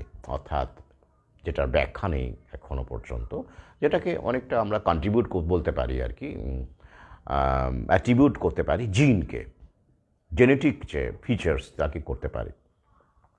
এবং এটা নির্ভর করে অনেক কিছুর উপর, যেমন আপনার মায়ের স্বাস্থ্য কীরকম, মানে কত বছর বয়সে আপনাকে জন্ম দিয়েছে, কত কিছু প্রকৃতি বানিয়ে রেখেছে। মায়ের বয়স যত কম হয়, জেনারেলি যত কম, মানে এবার আপনি চাইল্ড ম্যারেজের কথা বলছি তা কিন্তু বলতে চাইছি না, আমি বলতে চাইছি বিজ্ঞান এটাই বলে তার সন্তান তত বেশি শক্তিশালী, সুস্থ হয়, ইমিউনিটি ভালো থাকে তার। এটা এগ, যেটা নারীদের যে ওভাম বলুন যাই বলুন, এগ কোয়ালিটির ওপর নির্ভর করে, এবং নারীদের বয়স যত বাড়ে এগ কোয়ালিটি তত ডেটোরিয়েট করে। এটা বিজ্ঞান। তো এগুলো তো আপনার হাতে নেই। দ্য এক্স ফ্যাক্টর জেনেটিক জায়গা থেকে আপনি কতটা ইমিউন, আপনার ইমিউনিটি, এটা একটা ফ্যাক্টর। আরও অনেক ফ্যাক্টর আছে, অনেক কিছু আছে, আমি একটা বললাম। তো মনে পড়ে গেল একটি কথা। সেদিন আমি ওই নিরামিষ আমিষের একটা ভিডিও করেছি, ইউটিউবে আছে, কী খাবেন, আমিষ না নিরামিষ। সেটা শোনার পরে একজন আমাকে মেসেঞ্জারে প্রশ্ন করেছেন যে স্যার এটা তো আপনি বললেন না, গন্ডার, তারপরে কি গন্ডার, জলহস্তি, এরা শুধু নিরামিষ খায়, এরা তো মাংস খায় না, তা সত্ত্বেও এদের তো B12 ডেফিসিয়েন্সি হয় না, এরা দিব্যি এত শক্তিশালী প্রাণী, হাতিও তো নিরামিষ খায়, তাহলে কেন B12 ডেফিসিয়েন্সি হলো না ওদের, মানুষের গেলায় কেন হচ্ছে? আপনি এটা কী করে হলো? আমি তখন তাকে বলি, উত্তর দিতে পারিনি। এখন জানি না, তিনি সম্ভবত আমার ইউটিউবও দেখেন, ফেসবুকেও আছেন, এবং উত্তরটা সবার জন্য জানা জরুরি। হ্যাঁ, খুব সুন্দর প্রশ্ন, তাই না? হাতি নিরামিষ খেয়ে দিব্যি কাটিয়ে দিল, সমস্যা, B12 ডেফিসিয়েন্সি হলো না, ভিটামিন ডি ডেফিসিয়েন্সি হলো না, গন্ডার কাটিয়ে দিচ্ছে, জলহস্তি কাটিয়ে দিচ্ছে, তো মানুষের আবার কেন সমস্যা হচ্ছে? B12 ডেফিসিয়েন্সি, ডিমেনশিয়ার মতো মারাত্মক ভয়ঙ্কর রোগ হতে পারে। এটা কী রোগ হতে পারে আমি সংক্ষেপে বলেছি। ভিটামিন B12 ডেফিসিয়েন্সি মানে যারা শুধুই নিরামিষ খান, মাছ মাংস ডিম কিছুই খান না, তো তাদের ক্ষেত্রে ভিটামিন B12 ডেফিসিয়েন্সি কী করতে পারে, ঘটাতে পারে বয়সের সঙ্গে সঙ্গে, সেটা নিয়ে আলোচনা আমি করেছি সংক্ষেপে। তার মধ্যে একটা হলো মারাত্মক এই ডিমেনশিয়া। তো যাই হোক, তো খুব সহজ প্রশ্ন, তাই তো, কেন তাদের তো হয় না ভিটামিন B12 ডেফিসিয়েন্সি? তাকে সবিনয়ে বলি, ওরা গরুও তো নিরামিষ খায়, হয় না, হাতিও খায়, হয় না, মানুষ আলাদা স্পেসিস, তুলনা করলে হবে কেন? জিনটা দেখুন, আপনি যে জিনটা বহন করছেন সেই জিনটাকে যদি আপনি খোঁজেন, খুঁজতে কোথায় চলে যাবেন জানেন?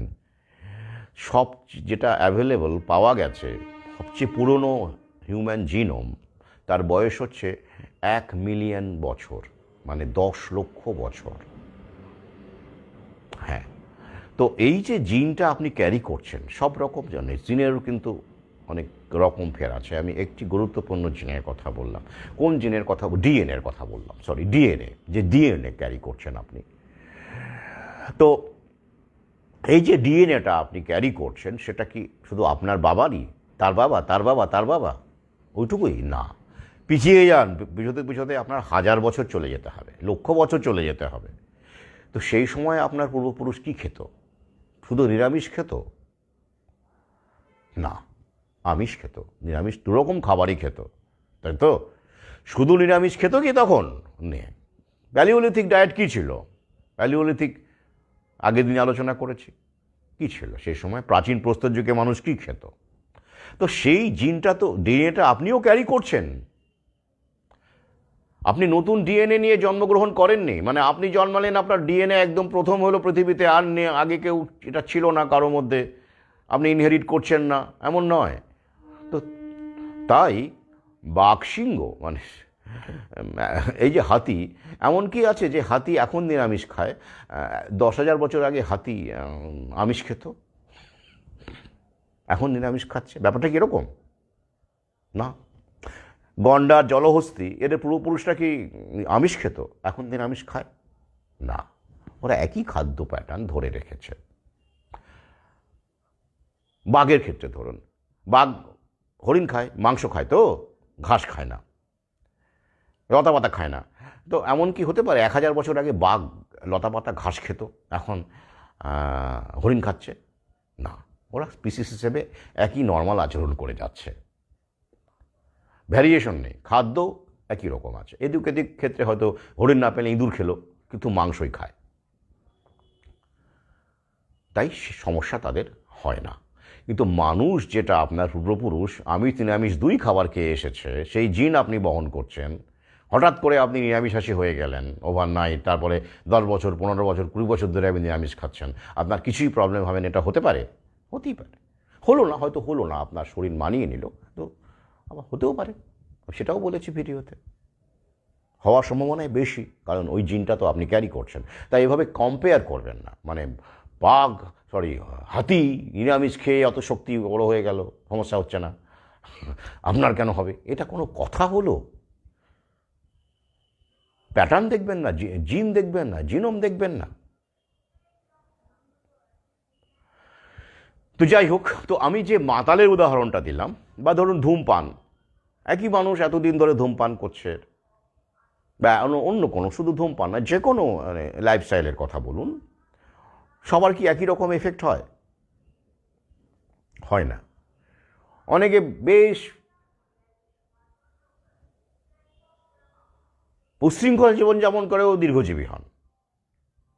তার মানে আমি উচ্ছৃঙ্খল জীবনযাপনের সমর্থন করছি না, আমি উদাহরণ দিচ্ছি মাত্র। কেন হন? X factor.